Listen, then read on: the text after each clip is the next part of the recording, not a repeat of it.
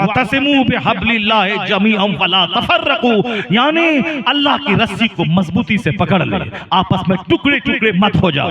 पीर के नाम पे टुकड़े हुआ सब कटोगे, अगर रंग के नाम पे टुकड़े टुकड़े हुआ सब कटोगे, मदरसा मस्जिद मोहल्ला खानदान के नाम पे टुकड़े टुकड़े हुआ तो तुझको फुटबॉल बनाने के लिए ये एक बड़ा दस्ता मौजूद है। जिस दिन वो हमला करेगा वो नहीं पूछेगा कि तुम किस पीर से मुरीद है, वो नहीं पूछेगा कि तुम किस पीर के शरण में है, वो नहीं पूछेगा कि तुम क्या कर रहे हो, वो सिर्फ मुसलमान देखेगा।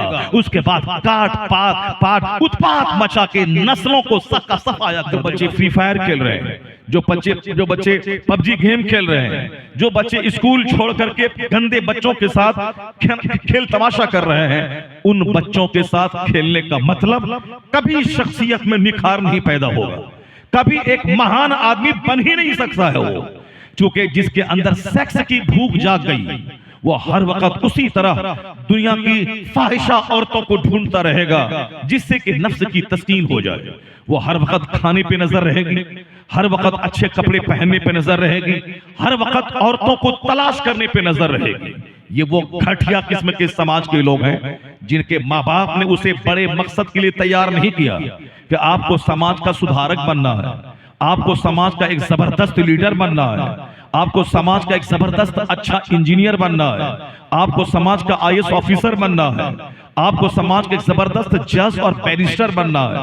तो जब प्लान बहुत बड़ा होगा उसके लिए मेहनत भी बहुत बड़ी करनी।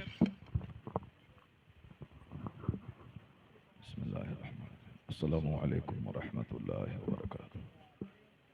अल्हम्दुलिल्लाह अल्हम्दुलिल्लाहिल्लज़ी ज़य्यना नबिय्यना बिहबीबिहिल मुस्तफ़ा व मन्ना अलल मुमिनीना बिनबिय्यिहिल मुज्तबा वस्सलातु वस्सलामु अला सय्यिदिना मुहम्मदिन खैरिल वरा व अला आलिहि व अस्हाबिहिन नजबा इला यौमिल जज़ा, अम्मा बाद। फ़अऊज़ु बिल्लाहि मिनश शैतानिर रजीम, बिस्मिल्लाहिर रहमानिर रहीम। इन्ना रहमतल्लाहि क़रीबुम मिनल मुहसिनीन, सदक़ल्लाहुल अज़ीम। एक बार दरूद पाक पढ़ें। अल्लाहुम्मा सल्लि अला सय्यिदना नबिय्यना मौलाना मुहम्मदिन मअदनिल जूद सल्लल्लाहु वल अलैहि करम वसल्लम व आलिहि व बारिक व सल्लिम सलातु व सलामुन अलैका या रसूलल्लाह। गौर से तकरीर सुनने से दिल रोशन होता है, दिलों का जो जंग है वो साफ होता है, बेशक सीने में जो सख्तियां हैं वो सख्तियां दूर होती हैं। और जो आदमी आज घमंड और गुरूर का पुतला बनता जा रहा है, दीनी गुफ्तगू सुनने से उनमें नरमी पैदा होती है। बेशक इसलिए नेक लोगों का जिक्र करना ज़रूरी है ताकि हमारी नस्लें नेक हो जाएं, हमारे बच्चे नेक हो जाएं। आज सारे माँ बाप परेशान हैं अपने बच्चों से। उसका एक ज़बरदस्त इलाज है कि अपने बच्चों के सामने नेकों का चर्चा कीजिए, उनके सामने बुजुर्गान दीन के किरदार को पेश कीजिए ताकि आपके बच्चे उन बुजुर्गों की तरह बनना चाहें, उन बुजुर्गों के नक्शे कदम की पैरवी करें। हमारे बच्चे आज तमाशा इसलिए कर रहे हैं चूंकि उन बच्चों के सामने हम तमाशा करने वालों की कहानी सुनाते हैं। हमारे बच्चे माँ बाप की नाफरमानी इसलिए करते हैं कि हम जोकरों की कहानी उनको सुनाते हैं। हमारे बच्चे खेल तमाशे से इसलिए दिलचस्पी रखते हैं हम उनके सामने टूर्नामेंट और खेल और तमाशे की बात करते हैं। हमारे बुजुर्गों ने एक तरीका दिया है कि खूब नेक लोगों का चर्चा हो ताकि घर में रहमतों की बारिश हो, सीने की सख्तियां दूर हों और हमारी नस्लें उन नेकों के नक्शे कदम पे चल के कामयाब जिंदगी गुजारें। एक बंदा आज करोड़ों रुपए कमाने के बाद भी हसरत और मायूसी के साथ दुनिया से चला जाता है। कोई डेवलपमेंट नहीं मिली, कोई कामयाबी नहीं मिली, मायूस होके जहर खा के मर जाता है। अभी ताज़ा ताज़ा एक इंजीनियर की खुदकुशी की कहानी सबों को मालूम है। कई लाख रुपए कमाने वाला इंजीनियर, वो अपनी बीवी की वजह से तंग आकर उन्होंने खुदकुशी कर ली, जबकि खुदकुशी करने की कोई ज़रूरत नहीं थी।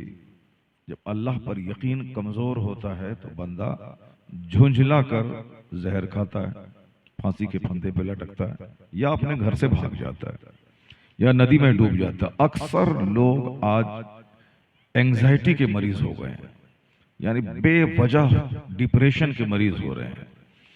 डॉक्टरों के पास डिप्रेशन के मरीजों की तादाद बढ़ रही है। अक्सर औरतें मायूसियत के शिकार हो रही हैं।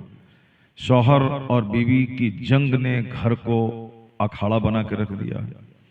लोग एक दूसरे से आजाद होना चाहते हैं। हर वालिदैन अपनी औलाद से परेशान है, औलाद अपने माँ बाप से परेशान है, पड़ोसी पड़ोसी से परेशान है। एक गांव में 50 ग्रुप में लोग बटे हुए हैं। मस्जिद के नाम पे जंग हो रही है, खानकाहों में जंग हो रही है, दरसगाहों में जंग हो रही है। अब जो स्टेज बचा हुआ था अब वहां भी जंग हो रही है।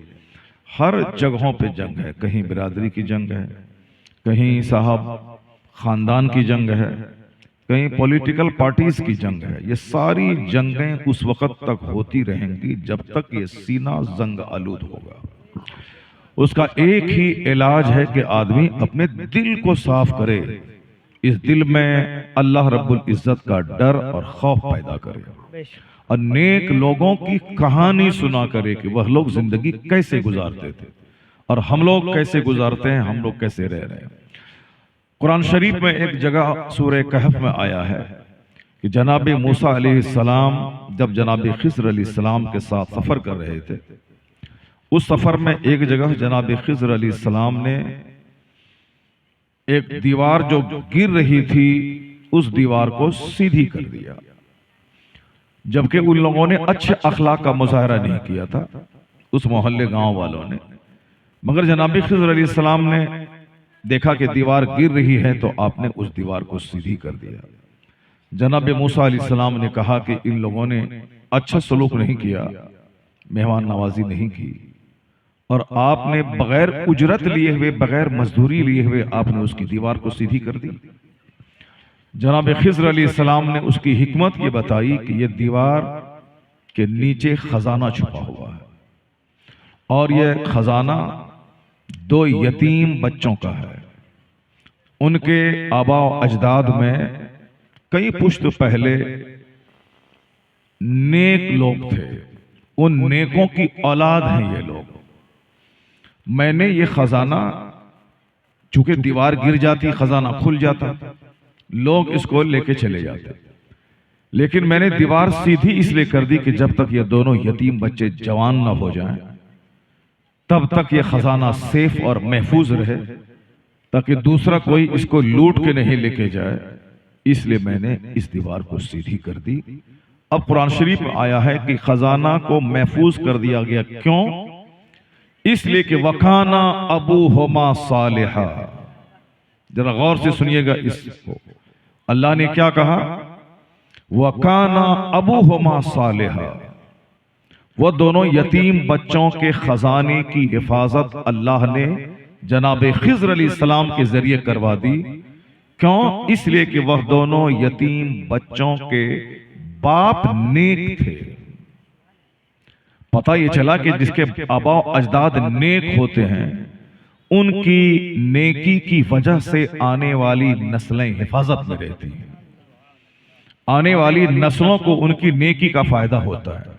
इसी को उलट दें, अगर किसी का बाप कैंसर ज़दा हो, अगर किसी की मां अखलाक के एतबार से सड़ी हुई हो, जैसे जमीन सड़ी होती है तो फसलें जली हुई पैदा होती हैं, मां मिसल खेत के है, बाप उसमें बीज डालता है।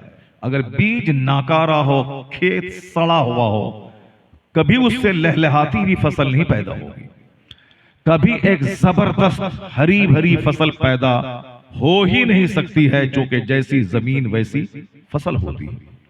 अब जब आबा अजदाद भ्रष्ट होंगे, सेहत भी उसकी खराब होगी, अखलाक भी उसका चौपट होगा, वो अपने वक्त को बर्बाद करने वाले, अपने जिस्म को शराब से, अफीम से, चरस से, ताड़ी से जख्मी करने वाले, अपनी आंखों, अपनी जबान, अपने कान को गंदगियों से भरने वाले, एक नाकाम सी जिंदगी गुजार के चले जाएं, तो उनके नुतफे से, उनके ब्लड से जो बच्चा पैदा होगा, तमन्ना नहीं की जा सकती है कि वह बच्चे माँ बाप के फर्माबरदार हों, वह बच्चे अपने जमाने के कुतुब और अब्दाल होंगे। ऐसा नहीं होगा कि माँ बाप सड़े हुए रहें, उनका बच्चा अपने वक्त का आबिद, जाहिद, कुतुब, अब्दाल, मुजाहिद पैदा हो जाए। बुजुर्गान दीन की जिंदगी से यही पता चलता है। अगर माँ सर से लेके पांव तक नेकियों का मुजस्समा रही, बाप अगर सेहत के एतबार से भी फिट रहे, गुनाहगार कभी सेहत के एतबार से फिट नहीं होगा। जो शराब पीता है, जिना करता है, झूठ बोलता है, गीबत करता है, चुगलखोरी करता है, हराम कमाता है, हराम खाता है, वो अंदर से हमेशा डैमेज रहेगा। क्योंकि जो आदमी गुनाहों से बचता है वो अंदर से स्ट्रांग होता है, उसकी बोली में गजब की ताकत होती है। वो रहे किराए के घर में, लेकिन उनकी बात में एक रौब होता है।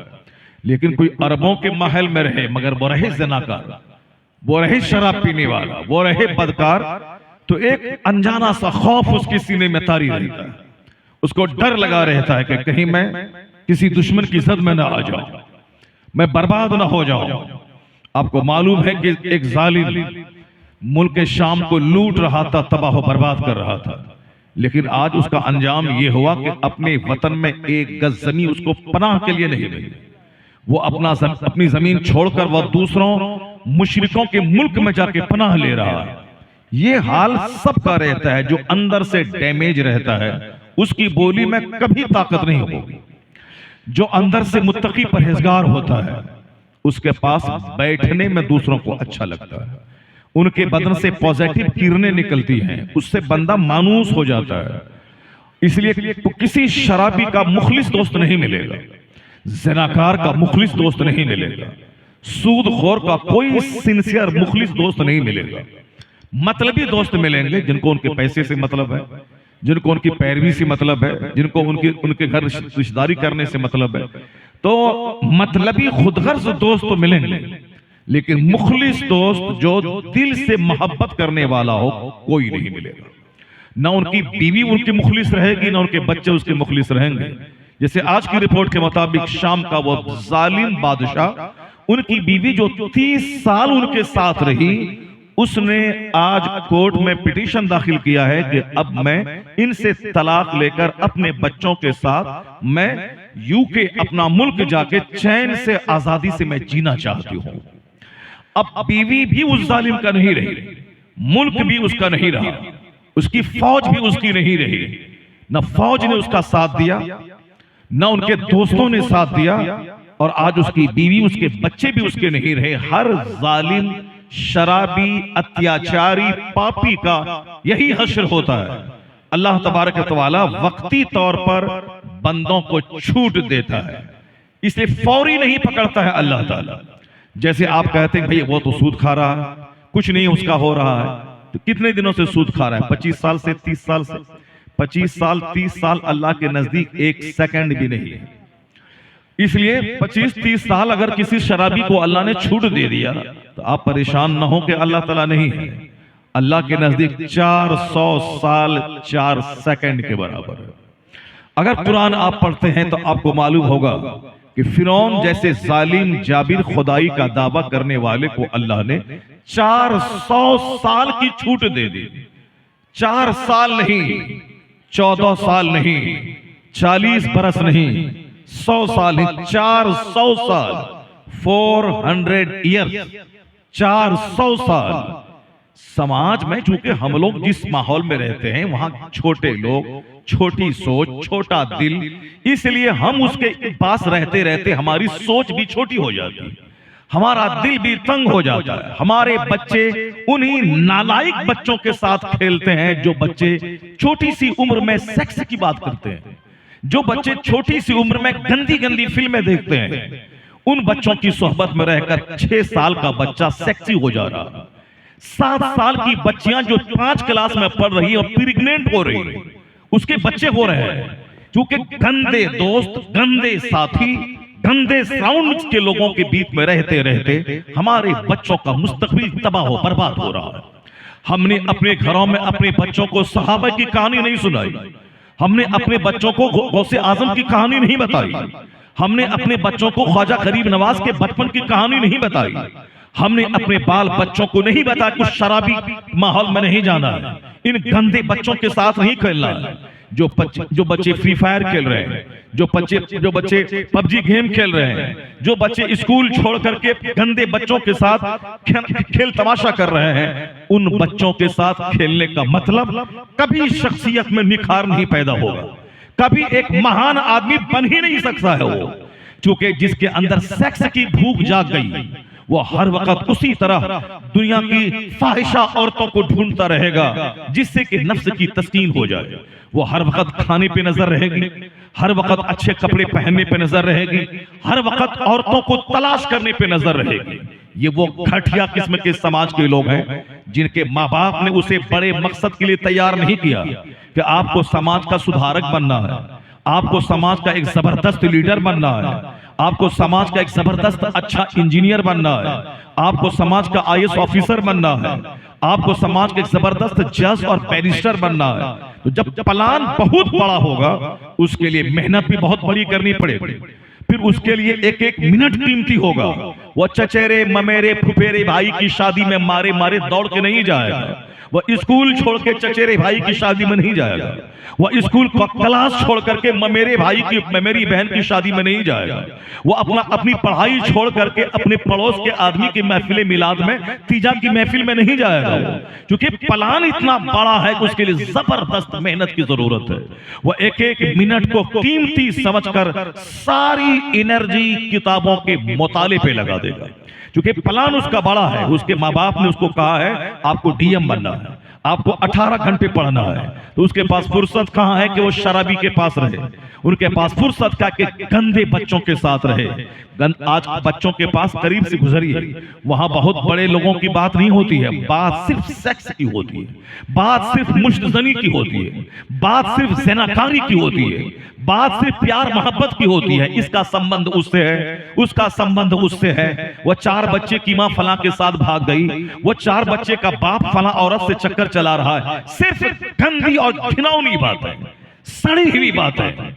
यही बातें औरतों की महफिल में, यही बातें नौजवानों की महफिल में, यही बातें नेताओं की महफिल में। आम लोग चूंकि सबके सब सड़ चुके हैं, समाज सड़ चुका है, इसलिए कभी उनकी जबान पे बुजुर्गों का चर्चा नहीं होगा, कभी उनकी जबान पे अच्छे लोगों का चर्चा नहीं होगा, क्योंकि उनके बच्चों को अच्छा बनना ही नहीं। उनके बच्चों को बनना है पबजी का गेमर, उनके बच्चों को बनना है जोकर, उनके बच्चों को बनना है क्रिकेटर, उनके बच्चों को बनना है डांसर, उनके बच्चों को बनना है साहब सर्कस का जोकर, उनके बच्चों को बनना है चपरासी, उनके बच्चों को बनना है जमीन बेच करके गाड़ी खरीद कर, जमीन बेचकर पेट्रोल डाल के बनने वाला हीरोज को बनना है। बाप की जमीन बेचकर मकान बनाना, बाप की जमीन बेचकर गाड़ी खरीदनी है, बाप की जमीन की फसल बेचकर गाड़ी का पेट्रोल डालना है। यानी बाप की जमीनें बेच बेच के शान दिखाना है। मकान शान दिखाया, अपनी कमाई से घर बनाओ तब समझे शान है, अपनी कमाई से फॉर्च्यूनर खरीदो तब समझे शान है। बाप की जमीन बेच के गाड़ी खरीदा, बाप की फसल बेच के उसमें पेट्रोल डाला, नहीं मिला तो कब शादी करके ससुराल वाले से गाड़ी खरीदा, उसकी गाड़ी में पेट्रोल का पैसा नहीं है, उस गाड़ी को खरीद के दूसरों से भीख मांग के पेट्रोल डाला और उसके लिए फुटानी कर रहे हैं, घूम रहे हैं। ये बच्चे वो हैं जिनको बर्बाद उसके माँ बाप ने किया, बेजा प्यार ने बर्बाद किया। इन माँ बाप ने उस बच्चों के सामने कोई बड़ा प्लान नहीं रखा कि आपको ये प्रोजेक्ट दिया जा रहा है, आपको ये जिंदगी में हासिल करने गोल है, ये मकसद है, ये अचीवमेंट आपको हासिल करनी है, ये हुसूलियाबियां, ये कामयाबियां का आपको DM बनना है, आपको बहुत बड़ा जबरदस्त आलिम बनना है, आपको जबरदस्त हाफिज, कारी, मुफ्ती, एक इस्लामिक स्कॉलर बनना है। कोई मकसद नहीं है, सिर्फ जान छोड़ाने के लिए बच्चों को भेज दिया गया सीवान और गोपालगंज, ताकि वहां कम से कम बच्चा पलता रहे मदरसा में। वो साहब कुरान खानी करे, अब वहां से पैसे मिले, खाए पिए, कपड़ा भी फ्री में मिल जाए और आने जाने का किराया भी फ्री में मिल जाए, फिर हमारा एक बोझ हल्का हो जाए। बच्चा क्या पढ़ रहा है, किन लोगों की सोहबत में रह रहा है, पढ़ाने वाला टीचर कैसा है, जिस क्लास में पढ़ाता है उस क्लास के बच्चे कैसे हैं, जिस गांव में मदरसा है वहां उस गांव का कल्चर कैसा है। कभी इस गरीब बाप को से कोई मतलब नहीं है। पढ़ाने वाला टीचर बदअखलाक है, पढ़ाने वाला टीचर साहब बच्चों के साथ गलत सलूक करने वाला है, पढ़ाने वाला टीचर बेनमाजी है, पढ़ाने वाला टीचर जाहिल है, पढ़ाने वाला टीचर बदज़बान बदअखलाक बेहया है। हमारे बच्चे भी बदअखलाक बदज़बान बेहया नाकारा हो जाएंगे, उसको कोई मतलब है कि हमारा बच्चा बाहर में है, मेरी जान हल्की हो गई, मेरा बोझ हल्का हो गया, वो वहां आए जाए। अब वो 10 साल के बाद साहब टोपी और पगड़ी पहन के आएगा, जुब्बा पहन के, मेरा बेटा पढ़ लिख गया।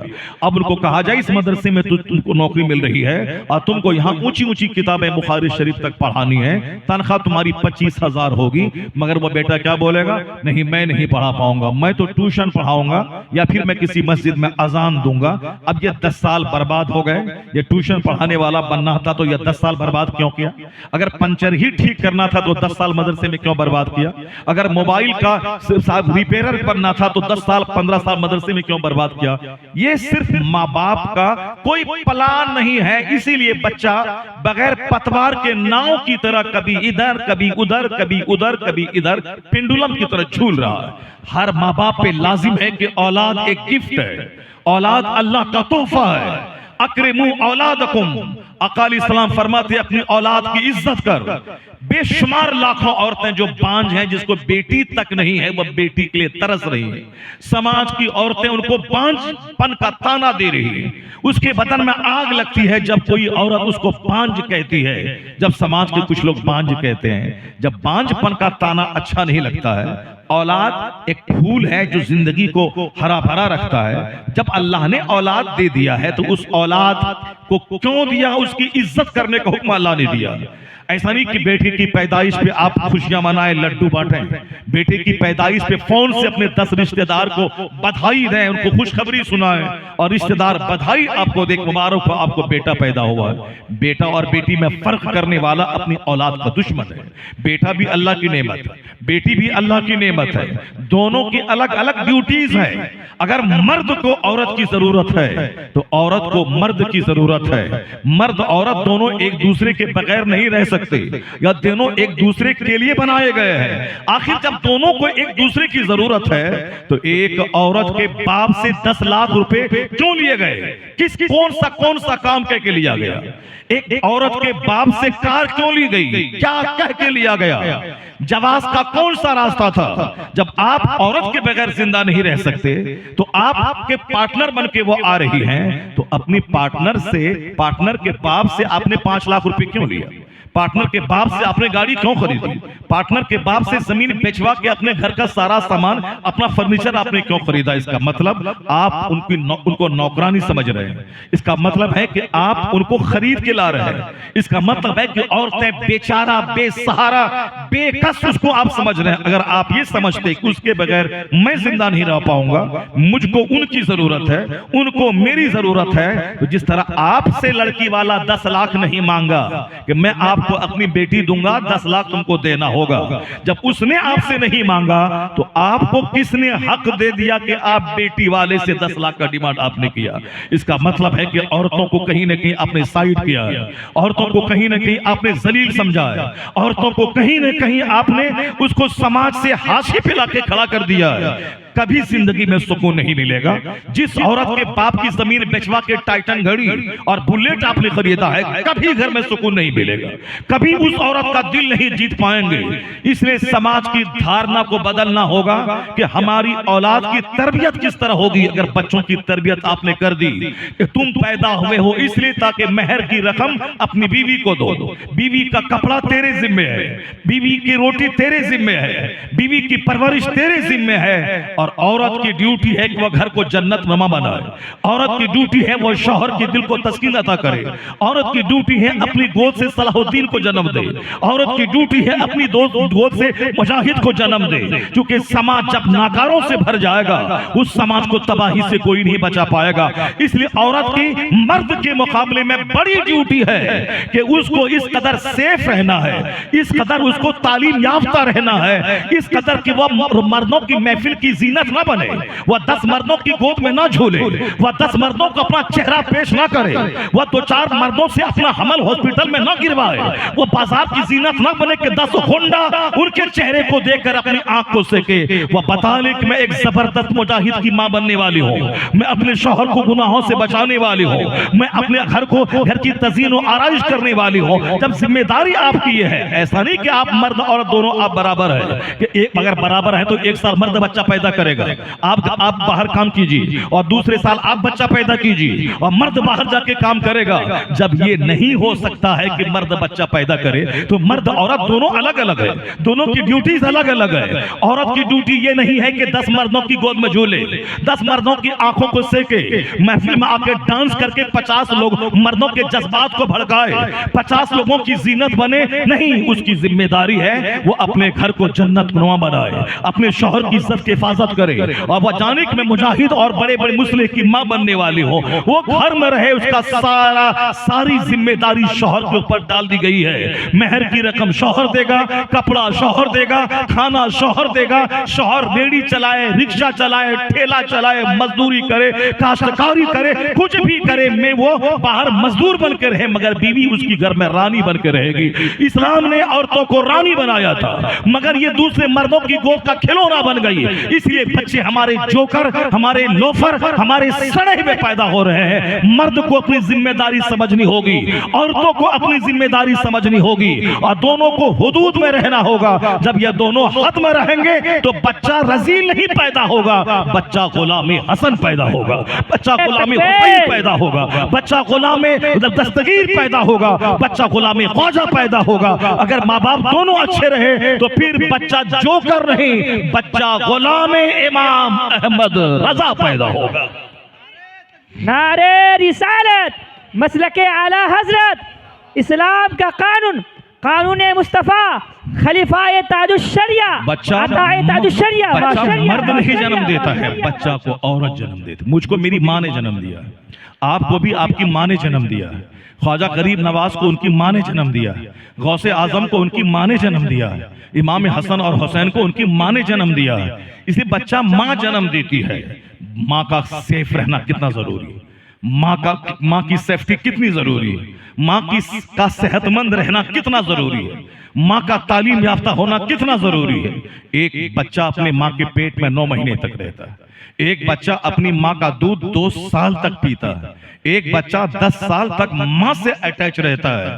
वो पेशाब पाखाना करे, माँ साफ करती है, उसको खाना माँ खिलाती है। तो बच्चा बाप से ज्यादा माँ से अटैच रहता है। इसलिए जिस पेट में 9 महीना बच्चा रहता हो उस पेट का अच्छा रहना कितना जरूरी है। जिस छाती का दूध बच्चा पीता है उस औरत का नेक रहना कितना जरूरी है। अगर दूध जला हुआ तो बच्चों का किरदार जल जाएगा। अगर माँ का शिकम अगर वो डैमेज हो तो बच्चा डैमेज, शख्सियत उसकी मजरूह हो जाएगी, ऐसा बच्चा पैदा होगा। इसलिए औरतों का सेफ रहना मर्दों से ज्यादा जरूरी है, औरतों की तालीम याफ्ता होना मर्दों से ज्यादा जरूरी है। जब समझेंगे मुझको बच्चा पैदा करने के लिए शादी करना है, मुझको मुजाहिद देने के लिए शादी करना है, मुझको रिफॉर्मर देने के लिए शादी करना है, सिर्फ मजा लेने के लिए शादी जो करेगा वो तो सिर्फ चेहरे का रंग देखेगा, वो तो नाक को देखेगा, वो तो आंख को देखेगा, वो तो फिजिकल फिटनेस को देखेगा। चाहे वो अंदर से कैरेक्टर उसका डैमेज हो, चाहे अंदर से 10 क्लास से लेकर ग्रेजुएशन तक वह 10 लड़कों के साथ साथ उसके गंदे ताल्लुकात हो चुके हो, कोई बहस नहीं, मुंह चिकना होना चाहिए। किस कदर गंदी और आदत हो गई समाज के लोगों की, सिर्फ मुंह को देखता है, कैरेक्टर नहीं देखता। उसकी माँ कैसी है, उसके बाप कैसे हैं, ये लड़की कैसी है, इसका बैकग्राउंड कैसा है, ये कुरान पढ़ती है कि नहीं, ये नमाज पढ़ती है कि नहीं, इसके घिनौने संबंध फेसबुक यूट्यूब चला कर इंस्टाग्राम पे रखने वाली तो नहीं है, ये डांस करने वाली तो नहीं है। इसलिए कि हम शादी सिर्फ 2-4 मिनट की तस्कीन की खातिर नहीं करते हैं। अगर यही बात है तो बेशुमार घराने में जहां बच्चा पैदा नहीं होता है, क्यों मारे मारे अजमेर फिरते हैं, क्यों मारे मारे पंडवा शरीफ जाते हैं, क्यों मारे मारे डॉक्टर के पास दौड़ते हैं, क्यों झलाई करवाते हैं, क्यों अपना टेस्ट करवाते हैं, क्यों करवाते हैं? किसमें हम में कमी है कि उसमें कमी है कि चलो अजमेर जाओ, चलो डॉक्टर के पास जाओ, चलो बाबा के पास जाओ। इसका मतलब है कि शादी सिर्फ शक्लस के लिए नहीं की जाती है, शादी 2-4 मिनट की मस्ती के लिए नहीं की जाती है। शादी के बाद मुझको औलाद चाहिए जो हमारी निशानी हो, शादी के बाद औलाद चाहिए जो मेरी दौलत का रखवाला हो, शादी के बाद औलाद चाहिए ताकि मेरी नस्लें चलती रहें उस बेटे से। जब औलाद चाहिए तो फिर औलाद सड़ी हुई कैसे चाहिए? औलाद सड़ी हुई कैंसर ज़दा पैदा हो, आप चाहेंगे? नहीं चाहेंगे। आप चाहेंगे मेरा बेटा या मेरी बेटी सेहतमंद हो, आप चाहेंगे मेरे बच्चे बिल्कुल बाअखलाक बने, तो बाअखलाक कैसे बनेंगे? जमीन सड़ी हुई हो, फसल अच्छी कैसे पैदा हो जाएगी? इसलिए दुनिया के लोग बाल बच्चों के कैरेक्टर पे जोर बाद में देते हैं, मगर तुर्रे इम्तियाज है इस्लाम का कि पैगंबर आजम अलैहिस्सलाम ने सबसे ज्यादा औरतों के सिलेक्शन पे जोर दिया है, सबसे ज्यादा औरतों के सिलेक्शन पे जोर दिया है कि कैसी औरत तेरे घर आए ताकि तेरी आने वाली नस्लें उसके कैरेक्टर पर डिपेंड कर रही है। कैसी आए? हुजूर ने क्या कहा? तुन कहूल मरअतु ले अरबा, औरतों से 4 चीजों को देख के निकाह किया जाता है, ले मालिहा वले जमालिहा वले हसबिहा वले दीनहा। हुजूर ने क्या फरमाया? 4 चीजों को शादी में देखा जाता है। जनरली आमतौर पर लोग देखते हैं, लड़की का हुस्न देखते हैं, लड़की का माल देखते हैं, लड़की का खानदान देखते हैं और लड़की का दीन और अखलाक देखते हैं। तो हुजूर ने अपने गुलामों से कहा, मेरे गुलामों तुम सिर्फ हुस्न मत देखना, ला तज़व्वजुहुन्ना ले हुस्निहिन्ना, इसको दीवारों में लिख के रखें। आजकल हमारे जोकर और लोफर और सड़े हुए बच्चे जिसको अच्छी सोहबत नहीं मिली, जिनको मदरसा में मुस्तकबिल नजर नहीं आया, जिसके पास काफिरों, फासिकों, फाजिरों, शराबियों, काफिरों, मुशरिकों का चेहरा जो हमेशा देखता रहा, ये भी चाहता है कि हमारी बीवी हुस्नो जमाल की देवी रहे। अब सबका, जहां तक के समाज का कलवा, वो भी चाहता है कि मेरी बीवी करीना जैसी गोरी रहे, करीना जैसी खूबसूरत स्मार्ट गर्ल रहे। ये अपना आज चेहरा आईने में नहीं देखता है कि मैं कैसा हूं, अपनी बीवी के लिए वो तमन्ना बांधता है कि वो बिल्कुल हेमा मालिनी जैसी खूबसूरत मेरी बीवी हो। उस कलवे से कहा जाए कि आईना देख लिया कर। अगर तू चाहता है कि हेमा जैसी खूबसूरत बीवी मेरी हो, तो तेरी बीवी भी तो चाहती है कि मेरा शौहर साफ खूबसूरत और स्मार्ट हो, मेरा शौहर बिल्कुल वाइट गोरा हो, मेरा शौहर 5.5 फीट का लंबा हो, मेरा शौहर हेल्दी हष्ट पुष्ट हो। फिर तू क्या करेगा बताओ? कहां छुपेगा? और फिर तुझको कौन अपनी बेटी देगा? इसलिए हुजूर ने क्या कहा? सिर्फ हुस्न देख के शादी मत कर, सिर्फ माल देख के शादी मत कर। मुस्तफा कहते हैं दीन और अखलाक देख के शादी किया कर। ऐ मेरे गुलामों, दीन देख के शादी कर, अखलाक देख के शादी कर, दीन देख के शादी कर। अगर दीन देखेगा, आका फरमाते हैं कि एक दीनदार काली कलोटी औरत वाला अमतुन सौदाओ ज़ातो दीनिन अफजल, सरकार ने साफ तौर पर नाम लेके कहा कि काली कलोटी दीनदार औरत तेरे हक में बेहतर है, तेरे हक में बेहतर है। क्या मतलब? ऐसा नहीं कि काली कलोटी को ढूंढा करे। हुजूर ने एक बात बताई, दीनदार औरत भले ही काली हो लेकिन तेरे लिए बेहतर है। दीनदार औरत, दीन तलाश करना। चूंकि तुझको औलाद चाहिए, औलाद नाफरमान लतम जुत्तम करने वाली नहीं, फरमा बरदार चाहिए। औलाद माँ बाप को भूसा मुक्की करने वाली नहीं, फरमा बरदार चाहिए। औलाद आंखों की ठंडक चाहिए। तो जिस जमीन से वो औलाद की फसल पैदा होगी, उस जमीन को दीनदार होना जरूरी है, उस जमीन का परहेजगार होना, उस जमीन का फर्टाइल जरखेज होना जरूरी है। मैंने एक तमहीद बांधी, चूंकि समाज में तमन्ना हमारी कुछ होती है, अब प्रैक्टिकल हमारा कुछ होता है। नेक बनने के लिए नेकों का चर्चा करना, सुनना, उनका जिक्र करना जरूरी है। एक कामयाब लीडर बनने के लिए रोजाना कामयाब लीडरों की कहानी सुननी पड़ती है। उसी तरह एक अच्छा कामयाब इंसान बनने के लिए कामयाब नेक लोगों की जिंदगी जरूरी है। आज आपको मैं बताता हूं, जिसके नाम से जलसा है गौसे आजम कॉन्फ्रेंस। हम लोग कहानी तो बार बार सुनते हैं, करामतें तो बार बार सुनते हैं, लेकिन जिस गौसे आजम के आज 800 साल गुजर जाने के बाद जिनके नाम की कॉन्फ्रेंसें हो रही है, जिनके नाम से इदारे कायम हो रहे हैं, जिनके नाम से बच्चों का नाम रखा जा रहा है, अब्दुल कादिर नाम है गौसे आजम का, इसलिए हम लोग कादरी कहलाते हैं। अब्दुल कादिर से कादरी कहलाते हैं, यानी हम अब्दुल कादिर वाले हैं। हम गौसे आजम को अपना शेख तरीकत मानते हैं। हम गौसे आजम के मुरीद, उनके अकीदतमंद हैं। गौसे आजम से के सिलसिले में हम दाखिल हैं, इसलिए हम लोग कादरी कहलाते हैं, हम लोग कादरी हैं। तो एक अब्दुल कादिर, आज करोड़ों कादरी अपने नाम के साथ लफ्ज कादरी लगा रहे हैं। आखिर क्या है गौसे आजम में? इस कदर अजमत, इस कदर बुलंदी कैसे मिली उसे? जो जिलान में पैदा हुए, बगदाद में इल्म हासिल किया, कई साल तक इल्म हासिल करते रहे, मुफ्ती, हाफिज, कारी, आलिम सब बनने के बाद जंगल की तरफ चले गए। 25 साल तक वहां दरख्त के पत्तों को खाया, गिरी पड़ी सब्जियां जंगल की खाते रहे जब भूख लगती, ताकि पीठ सीधी रहे और हमेशा महवे इबादत रहते, खुदा की मार्फत का नूर हासिल करते। कब? आलिम, हाफिज, कारी, मुफ्ती सब बनने के बाद। इस सब ट्रेनिंग के लिए आपने 25 साल तक जंगलों में, किसरा के खंडरात में आपने जिंदगी के दिन गुजारे। चूंकि किताबों में पढ़ा जाता है और तन्हाइयों में, जंगलों में उस पर प्रैक्टिकली अमल किया जाता है। पहले जमाने में ट्रेनिंग, आजकल स्कूल में ट्रेनिंग होती है।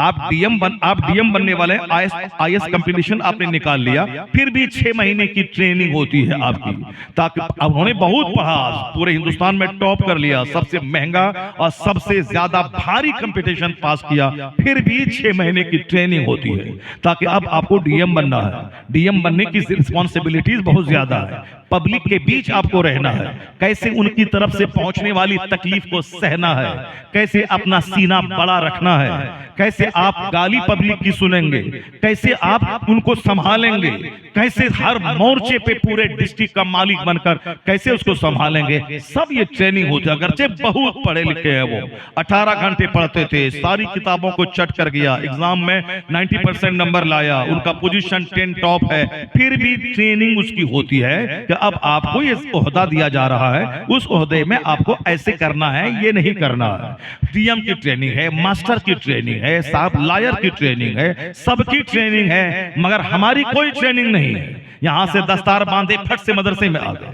मैं पढ़ाने लगे, यहां दस्तार लपेटे फौरन मस्जिद में चले गए, यहां दस्तार लपेटे फौरन अजान देने लगे। अब वहां कोई आके गाली दिया, बस पगड़ी पटक के मस्जिद छोड़ के भाग गए। क्यों भाग गए? तो हमारे अल्लाह का मुल्क बहुत बड़ा है, का जगह मिल जाएगी, मैं तुम्हारी गाली नहीं सुनूंगा, मैं 20 साल तक पढ़ा लिखा हूं, मैं नहीं गाली सुनूंगा, मैं तेरी बात नहीं सुनूंगा, जमीन बहुत मिलेगी, बहुत जगह मिलेंगी, भाग गए।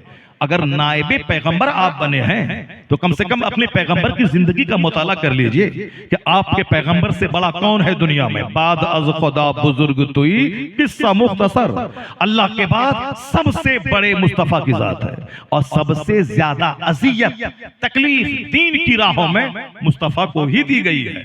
सबसे ज्यादा आका फरमाते हैं, ऊजी तो फी सबीली हाजा, इस दीन की राहों में मैं जितनी तकलीफ दिया गया हूं, मेरे से पहले उतनी तकलीफ किसी को नहीं हुई, न मेरे बाद किसी को तकलीफ होगी।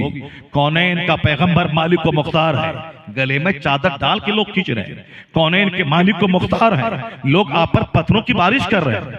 आप कौनेन के मालिक को मुख्तार है। अपने ही पैदाइशी वतन मक्का में 3 साल तक अबू तालिब की घाटी में आपको वहां के सारे कबीले वालों ने मिल करके कबीले बनु हाशिम का बाइकाट कर दिया। यानी अब अपने खानदान वालों के साथ महसूर हो गए, कैदी बन गए एक घाटी में। कहा? दूसरे मुल्क में नहीं, अपने मुल्क में, अपने शहर मक्का में जहां आप पैदा हुए थे। जितनी तकलीफें आपको दी गई उतनी तकलीफ किसी को न पहले दी गई न कयामत तक दी जाएगी। अगर नाइबे पैगंबर कहलाते हैं तो सीना उतना ही चौड़ा रखना होगा कि हमें जब दीन का काम करना है, लोगों की इस्लाह करनी है, लोगों तक अल्लाह का पैगाम पहुंचाना है, तो जो सामने कौम है उसकी तरफ से पहुंचने वाली तकलीफ को सहने का सीना भी रखना होगा, चौड़ा रखना होगा। जब कौनैन के मालिक फूंकें तो चांद जमीन पे आ जाए, इशारा करें तो सूरज डूबा हुआ पलट आए, इतना मालिक को मुख्तार मुस्तफा अजियतें सह रहे हैं। लोग गाली दे रहे हैं, लोग कांटे बिछा रहे हैं, लोग साहब मारना चाहते हैं, पत्थरों से लहूलहान कर रहे हैं। कभी हुजूर ने पंचायती नहीं की, बल्कि आका अलैहिस्सलाम ने हमेशा अपना पैगाम पहुंचाते रहे। इस कदर सब्र का मुजाहिरा किया, इस कदर आपने लगनशीलता के साथ दीन का पैगाम आम किया। उनकी तरफ से पहुंचने वाले हमलों का कोई जवाब नहीं, सिर्फ काम काम इतना किया कि सारा अरब आपका गुलाम बन गया, सारा अरब आपका गुलाम बन गया। जिसने कांटे बिछाए थे वो कलमा पढ़ के मोमिन हो गए, जिसने आप पर पत्थर फेंका था वो सारा अरब आपका गुलाम हो गया। जिस मक्का में रहना मुश्किल था छोड़ के हिजरत करके मदीना चले गए, मदीने से वापस कैसे मक्का आए फातिहाना शान के साथ, और पूरा मक्का नहीं पूरा अरब, यानी जो कई हजार किलोमीटर दूर का भूभाग का एरिया है, तमाम अरब मुस्तफा का गुलाम बन गया। और आज भी अरब में जितने ममालिक हैं सबके सब मुस्तफा का कलमा पढ़ने वाले। भले ही अकीदे के एतबार से आगे चल के अकीदा लोगों का खराब हुआ, उसमें से बहुत सारे लोगों ने गंदे अकीदे की वजह से इस्लाम का दामन अपने हाथ से छोड़ दिया, अलग बात है, लेकिन शिर्क नहीं है वहां पे। अब तौहीद है, एक अल्लाह का मानने वाला। बुत परस्ती से वो सारा अरब पाक हो गया।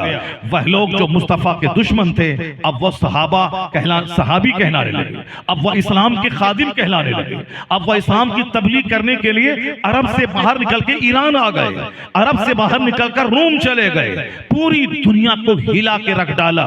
यहां तक कि हिंदुस्तान मोहम्मद इब्ने कासिम आ गए। 1000 साल तक मुसलमानों के हाथ, इस मुल्क के अजीज की हुकूमत उनके हाथ में रही। यानी एक कलमा पढ़ने वाला नहीं था, लेकिन यहाँ इस्लाम मुसलमानों का शासन कायम हो गया। ईरान में सारे मजूसी थे, मगर सारा ईरान कलमा पढ़ के मोमिन हो गया। रूम क्रिश्चियनों के कब्जे में था, लेकिन मुट्ठी पर मुस्तफा के गुलाम अरब के वो वहां कदम रखा, सारा रूम अल्लाह ने उनको अता फरमा दिया। क्या मतलब? जो मिशन लेके चलता है, जिनके दिमाग में बड़ा प्लान होता है, वो छोटी छोटी बातों में नहीं उलझता है, वह छोटी छोटी बातों में नहीं झगड़ता है, वह रंग और खानदान में नहीं उलझता है, वो साहब अपने अपने अपने बाप दादाओं के नाम पे नहीं लड़ता है। उसका प्लान बड़ा है, हमें जमीन जीतनी है, हमें इस्लाम की तबलीग करनी है, हमें कुफार और मुशरिकीन को मुस्तफा का गुलाम बनाना है। जब बड़ा बड़ा प्लान लेके निकले, छोटी छोटी बातें तो हमेशा होती रहती हैं, कभी खाने के नाम पे, कभी रिश्तेदारी के नाम पे, कभी पड़ोस में घर बनाने के नाम पे, कभी खेती बाड़ी के नाम पे, कभी बिजनेस के नाम पे, ये तो हमेशा रहेगा, ये बातें हमेशा रहेंगी। मगर वह लोग अगर उलझ गए होते छोटी छोटी बातों में, रूम नहीं मिलता, ईरान नहीं मिलता, हिंदुस्तान नहीं मिलता। वह लोग छोटी छोटी बातों से ऊपर उठकर सिर्फ इस्लाम और मुस्तफा का पैगाम को आम करने के लिए निकले, तो अल्लाह ने सारी दुनिया उनके हवाले कर दिया। नारे तकबीर, नारे रिसालत, मसलके आला हजरत, इस्लाम, कानून मुस्तफा, पैगाम इस्लाम। जिसका प्लान बड़ा होता है वो छोटी छोटी बातों में नहीं उलझता है। जिसको मुफस्सिर बनना है, मुहद्दिस बनना है, मुफ्ती बनना है, वो खाने पीने में सूखी रोटी नहीं देखता है, वो साहब खाने पीने में गोश्त मछली नहीं देखता है, वह सिर्फ किताब देखता है। रोटी मिले ताकि मैं जिंदा रहूं और जिंदा रहूं ताकि मैं किताब पढ़ूं। कपड़ा नहीं देखता है कि ब्रांडेड कंपनी का कपड़ा है या फिर साहब को मामूली कीमत का कपड़ा है। वो कपड़ा इसलिए पहनता है ताकि मेरा सत्र छुपा रहे।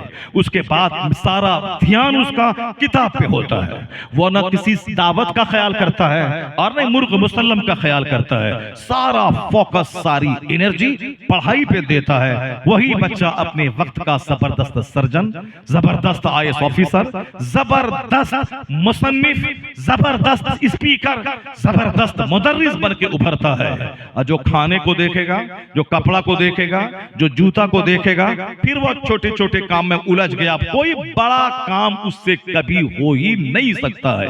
अब चूंकि समाज हमारा बट चुका है बहुत सारे इख्तलाफात और झगड़ों में, अब इसलिए मैं यह बात मैं कह रहा हूं कि कैसे सरकार ने उन सहाबा के दिलों को मुज़क्का मुसफ़्फ़ा किया, जहां किसी के लिए कोई अदावत नहीं, कोई दुश्मनी नहीं, किसी के बारे में गंदी सोच नहीं, बल्कि सबसे ऊपर उठकर इन्नमल मुमिनून इख्वा, सारे मुसलमान आपस में भाई भाई हैं। अब भाई भाई में मन मुटाव हो जाए, उसको दूर करने के लिए किन तरीकों का सहारा लेना पड़े वो उसे मालूम है। उसका तरीका क्या है? अजियत पे सब्र करना, अपने आप को सरेंडर कर जाना, दूसरों को इज्जत और सम्मान देना, अपनी मोच पर अड़ा नहीं रह जाना। तब समाज चलता है, तब घर बढ़ता है, तब तरक्कियां मिलती है। उसकी मिसाल मैं देता हूं। आका अलैहिस्सलाम ने सहाबा कराम के दिल दिमाग को कितनी पाकीज़गी दी थी। एक मिसाल देता हूं, फिर मैं आगे बढ़ता हूं। कैसी पाकीज़गी दी थी? हजरत अमर इब्ने आस रज़ियल्लाहु ताला, सारे लोग उनका नाम जान रहे हैं। हजरत अबू उबैदा रज़ियल्लाहु ताला अन्हु, सारे लोग, जो लोग भी इस्लामिक हिस्ट्री पढ़ते हैं, जो लोग भी सहाबा कराम का नाम सुनते हैं और जो लोग भी तकरीरें ध्यान से सुनते हैं, वह इनका नाम जरूर जानते होंगे। जो बेदिली से, बेतवज्जोही से, नींद की आगोश में जाकर महफिल में रहते हैं, फिर वो नहीं जानते होंगे। लेकिन जो तवज्जो से सुनते हैं, वह जरूर इस बीच में तकरीर में नाम सुने होंगे हजरत अमर इब्ने आस का। वह मिस्र के गवर्नर थे, जबरदस्त अक्लमंद, हकीम और फतूहात के मालिक और बादशाह थे। उनके जिम्मे मिस्र की फतह की चाबी है, उन्होंने मिस्र को फतह किया है। हजरत अमर इब्ने आस रज़ियल्लाहु ताला, मुल्क शाम में जंग चल रही है। आका अलैहिस्सलाम ने अमर इब्ने आस की निगरानी में, उनकी क़यादत में एक फौज का दस्ता तैयार किया और उनको भेजा ताकि वहां के ईसाइयों, यहूदो नसारा से जंग किया जाए और पूरे इलाके में इस्लाम की तबलीग की जाए और इस्लाम को दूसरों तक पहुंचाया जाए। और जो इस्लाम दुश्मनी करके जंग छेड़ते हैं, उनसे लड़ करके उनकी दुश्मनी को मिटाया जाए, इस्लाम के कदम को आगे बढ़ाया जाए। अब जिहाद का मतलब ये नहीं कि दूसरों को काट दिया जाए, मार दिया जाए, नहीं। जिहाद का मतलब होता है मैं अल्लाह का पैगाम पहुंचाने के लिए सारे बंदों तक जाना चाहता हूं।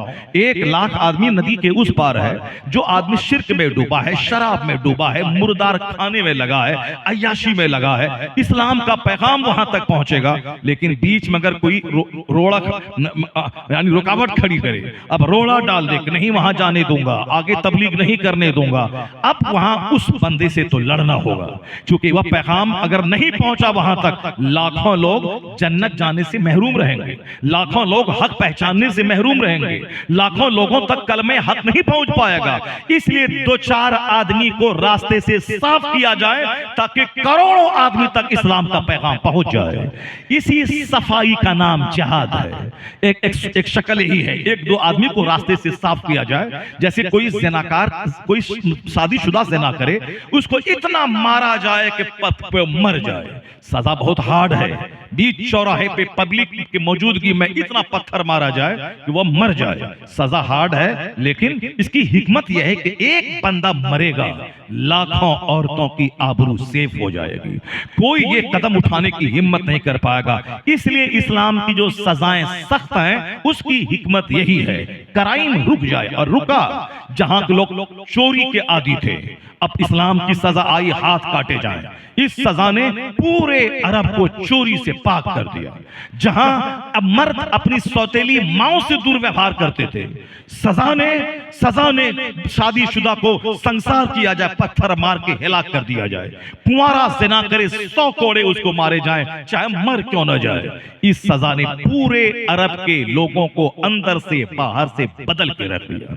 जब अब इस तरह से पाकीज़ा हो गए लोग, अब एक औरत खूबसूरत सर से लेके पांव तक जेवरात से लैस होकर इराक से चल के आती है, खाने काबा का तवाफ करके लौट जाती है, कोई पूछने वाला नहीं है कि तू कौन है, कहां से आई है। जो अपनी पड़ोस की औरतों से जना करता था, वो इतना पाकीज़ा कैसे बन गया, इतना प्योर कैसे बना, इतना इस कदर पाकीज़ा ऊंचा ख्याल का हामिल कैसे हो गया।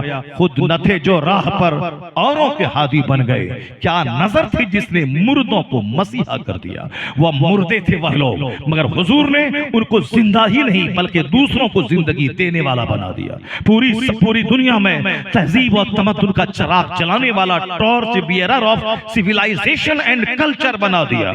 इस तरह से वहां के लोगों ने पूरी दुनिया में नूर फैलाया। कौन? जो गर्दन तक शराब में धंसे थे, एक एक बूंद से नफरत करने वाला मुस्तफा ने बना दिया।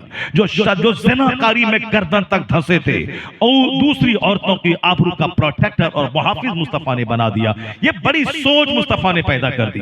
अब और फिर इसी सोच पैदा की जहां नफ्स, घमंड, गुरूर, अनानियत, नहीं कायम करने दूंगा मदरसा, मेरा नाम तुमने जलसे के पोस्टर में क्यों नहीं दिया, मेरे पीर को क्यों नहीं बुलाया, नहीं चलने दूंगा, तुम शराब की मजम्मत तुमने क्यों किया, मैं मस्जिद का मुतवल्ली हूं, तुम हम पर तुमने टारगेट किया है, तुमको नहीं रहने दूंगा। जब तक समाज में ऐसे खसीस और रजील किस्म के लोग रहेंगे, एक अच्छा आलिम इमाम की शक्ल में नहीं मिलेगा, समाज में अच्छे लोग नहीं मिलेंगे। इसलिए अगर प्लान बड़ा है, मुशरिकों तक, काफिरों तक इस्लाम पहुंचाना है, उसके लिए छोटी छोटी बातों से ऊपर उठना होगा, अपने नफ्स को दबाना होगा, बुजुर्गाने दीन से रोशनी हासिल करनी होगी। जरा सुनिए उसकी मिसाल। अमर इब्ने आस को अल्लाह के रसूल ने कमांडर बना के, एक फौज का निगरान बना के मुल्क शाम की तरफ भेज दिया।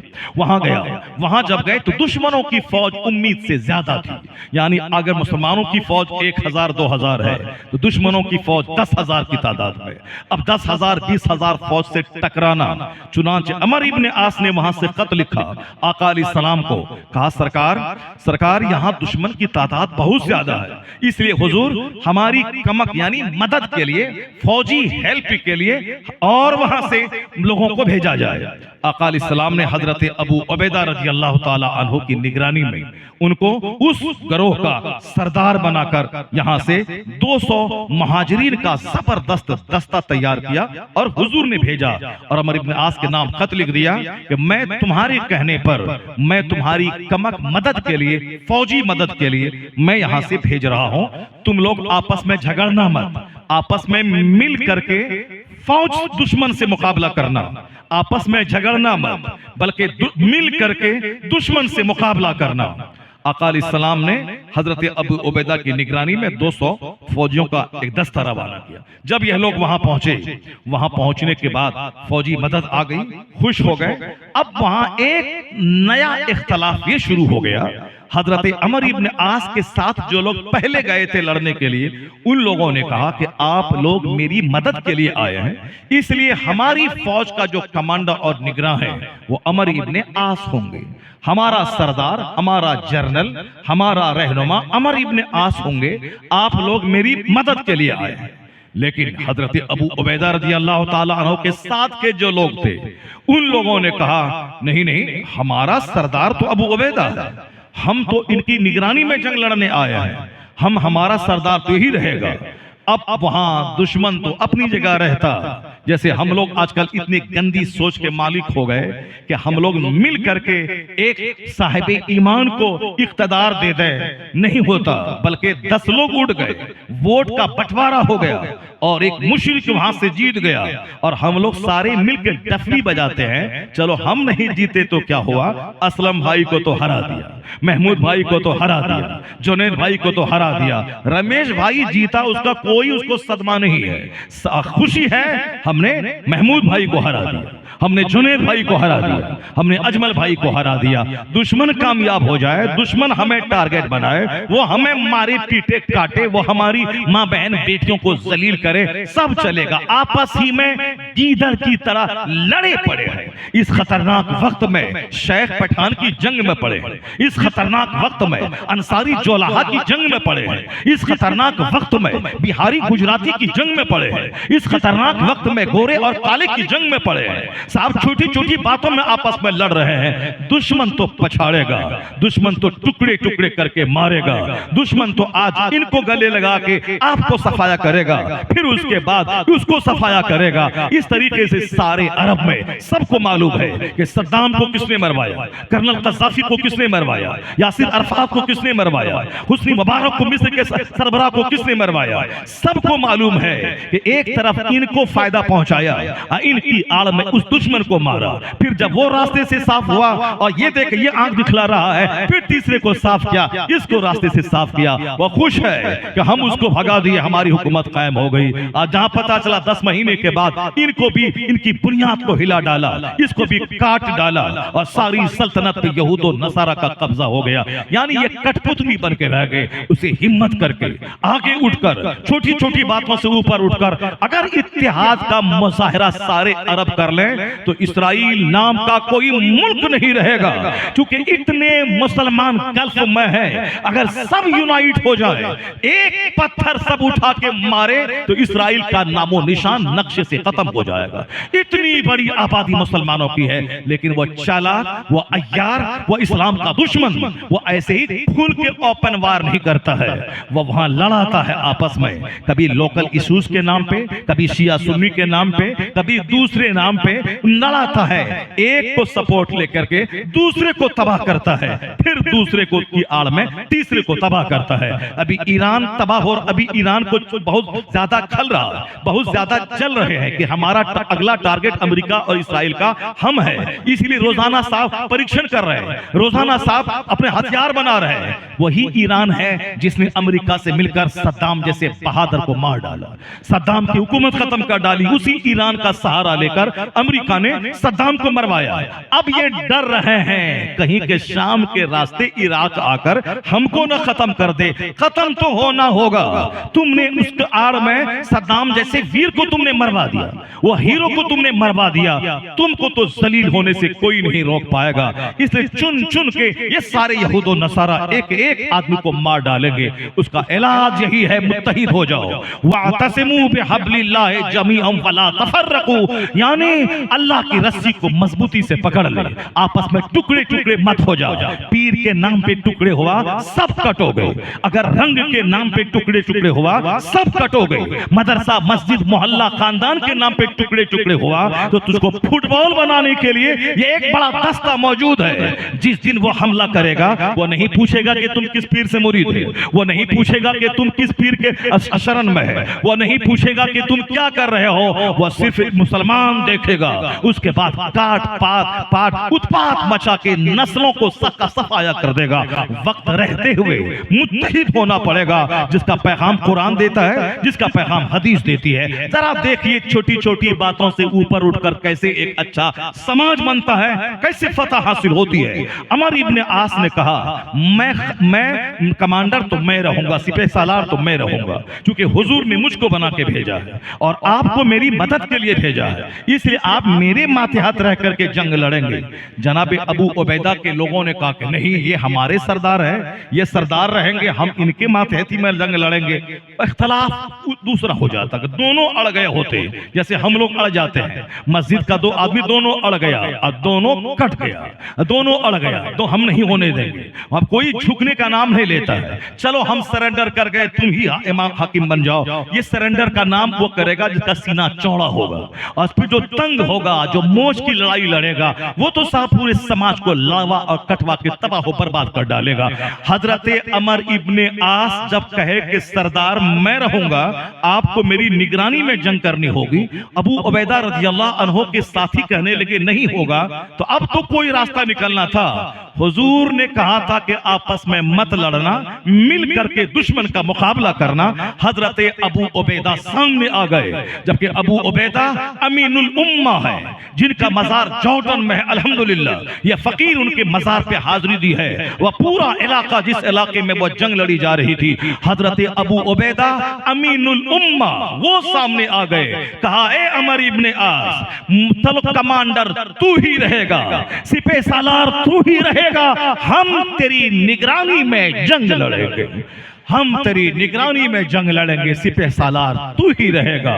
दोनों जत्थों ने मुत्तहिद होकर वो जंग लड़ी कि उस इलाके के सारे दुश्मनान इस्लाम धाराशायी हो गए और पूरे शाम और मिस्र के उस इलाके पे इस्लाम की फतह का झंडा गाड़ दिया।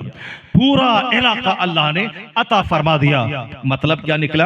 मतलब यह निकला कि सीना साफ करना होगा, यहां से जंग धोना होगा, यहां से जो गंदगी कीचड़ है, अदावत की जंग, दुश्मनी की जंग छोड़ना पड़ेगा। कुरान के नाम पे मुत्तहिद होना होगा, हुजूर की अजमत और तहफ़्फ़ुज़ नामूस रिसालत के नाम पे मुत्तहिद होना होगा, गौसे आजम के नाम पर मुत्तहिद होना होगा, आला हजरत के नाम पर मुत्तहिद होना होगा। छोटी छोटी बातों की कुर्बानी देनी होगी, अपनी मोच को पान मिट्टी के नीचे दफन करना होगा। ये नहीं कहना होगा कि मेरा नाम पोस्टर में नहीं दिया तो हम जलसा को बिगाड़ देंगे। नहीं, इतना बड़ा जिगर रखे, मेरा नाम हो ना हो, मसलक का नाम होना चाहिए, मजहब का नाम होना चाहिए। मेरा नहीं मसलक का नाम होगा, मेरा नहीं मजहब का नाम होगा, मेरा नहीं दीन का नाम होगा। जहां इस तरह का सीना साफ रहता है वहां मिलजुल के जबरदस्त काम होता है। अब जरा गौर से सुनिए, लड़ाइयां तो होनी है, शौहर बीवी में मनमुटाव होना है, लेकिन उसका हल है। बाप और औलाद में मनमुटाव होना है, उसका भी हल है। पड़ोसी पड़ोसी में जंग होती है, उसका भी हल है। हल यही है, अपनी तरफ से पहल करना, अपनी तरफ से मुसीबतों को झेलना, अपनी तरफ से पहल करना। हुजूर ने क्या कहा? सलाम करने का इंतजार मत करना, अपनी तरफ से सलाम में पहल क्या करो।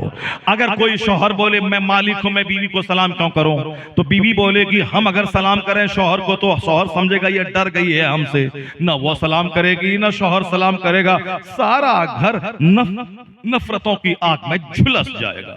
अब उसका एक रास्ता है, नफ्स की मानोगे तो घर में तलखियां होंगी, घर में दुश्मनी होगी, लेकिन हुजूर को सामने ले आओगे तो सारी जंग का खात्मा हो जाएगा।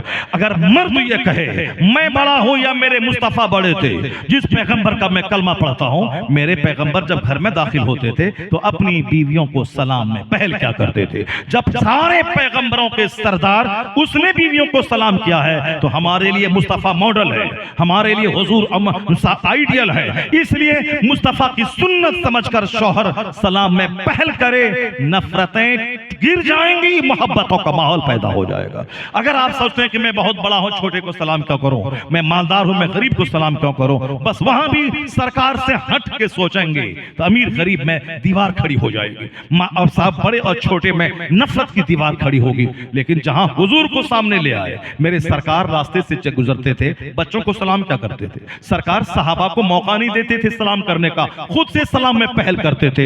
ये कैरेक्टर मुस्तफा का जब सामने आ जाएगा, सारा घमंड मिटेगा, मोहब्बत का माहौल पैदा हो जाएगा, सलाम में पहल करने लगेंगे। चूंकि बंदा हुजूर को याद ही नहीं कर रहा, सरकार शादी ब्याह के मौके पर हुजूर की सुन्नत याद नहीं आ रही है, बच्चों के बर्थडे पार्टी पे हुजूर की सुन्नत याद नहीं आ रही है, अपने बच्चों की परवरिश के ताल्लुक से आका अलैहिस्सलाम ने जो गाइडलाइंस दिए हैं उस पर अमल नहीं हो रहा है। जब साहब अब घर की तामीर हो, समाज की तामीर हो, सियासत हो, माशी हालत हो, किसी में सरकार दो जहां की बात सामने आ ही नहीं रही। हर जगह नफ्स काम कर रहा है, हर जगह अपनी आदमी की अपनी मर्जी, अपनी ढठाई काम कर रही है, हर जगह घमंड काम कर रहा है, नफ्स मोटा हो गया है, सीना हार्ड हो गया है। इसीलिए जलसे में जंग, मदरसे में जंग, खानकाह में जंग, एक पीर का दो बेटा, दोनों बेटे जंग में लड़े हुए हैं कि हमारी गद्दी, हमारी गद्दी, हमारा पीर हमारा, हम हैं, हमारे बाप के मुरीद हमारे हैं। छोटा बोलता मैं छोटा हूं, मैं इस गद्दी कमा ली। क्यों? वहां लालच है 2 टका कमाने की, क्योंकि गद्दी नशी बन गए तो फिर जितने पीर हमारे, जितने मुरीद हमारे बाप के हैं वो सब हमारी तरफ आ जाएंगे। 1 टका ही दिया तो 1 लाख मुरीद से कितने रुपए हो जाएंगे। आराम से खाएंगे पिएंगे, एयर कंडीशन महल में रहेंगे, मुरीदों के हाथ दौरा करेंगे, अब मुर्ग मुसल्लम खाएंगे और आराम से मजे से जिंदगी के दिन गुजरेंगे। उसके बाद जब बेटा जवान हो जाएगा उन बेटों को मुरीदों के यहाँ दौरा करवाएंगे ताकि लोग पहचान ले कि उनका बेटा है। अब फिर उनका बेटा मर गया बाप, उनका 4 बेटा, चारों बेटा जंग कर रहा है, वो केस मुकदमा कर रहा है। हम बने तो हम बने, हम बने तो हम बने। इसका हल क्या है? 25-25 साल से दिल्ली में जंग होती रही, केस लड़ा जाता रहा कि हम गद्दी के हकदार हैं, हम गद्दी के हकदार हैं। दावेदार मर गए, केस कटकोठी में रह गया, तो सारी जिंदगी में कुछ सुख नहीं मिल पाया। इसका हल क्या था? हल यही था कि खानकाह कहते किसको है, पीर कहते किसको है। खानकाह का मतलब जहां मखदूम अलाउल हक पंडवी की खानकाह में मखदूम अशरफ जहांगीर सिमनानी ईरान का तख्त छोड़ के यहां आ गए, यहां अपना सारा शहनशाही गुरूर को मिटा के मुर्शिद की खिदमत में आ गए। बादशाह बल्ख मखदूम बिहार के आस्थाने, मखदूम बिहार की सोहबत में आ गए। खानकाह का मतलब बादशाह वहां आते थे, जमींदार आते थे, उनको जौ की रोटी खिलाई जाती थी, उनको रोजाना 100 रकअत नमाज़े नफल पढ़वाया जाता था, उनको महीने में 25 दिन रोजा रखवाया जाता था, उनका सारा घमंड मिटाया जाता था, उनको मोटा ताजा आते थे, सूखे कांटा हो जाते थे, ताकि घमंड मिटे, नफ्स मिटे, गुरूर मिटे, अहंकार मिटे, बुराई की ख्वाहिश मिटे। इसी का नाम तो है खानकाह, जहां नफ्स को सुथरा किया जाए, जहां आदमी का जंग आलूद सीना पाक किया जाए। होता यह है खानकाहों में। धागा बांधने का रिवाज काफिर के यहां से आ गया, ताला बांधने का रिवाज काफिरों के यहां से आ गया, साहब मुर्गा ज़बह करके वहां पुलाव गोश्त चढ़ाने का रिवाज काफिरों के यहां से आ गया।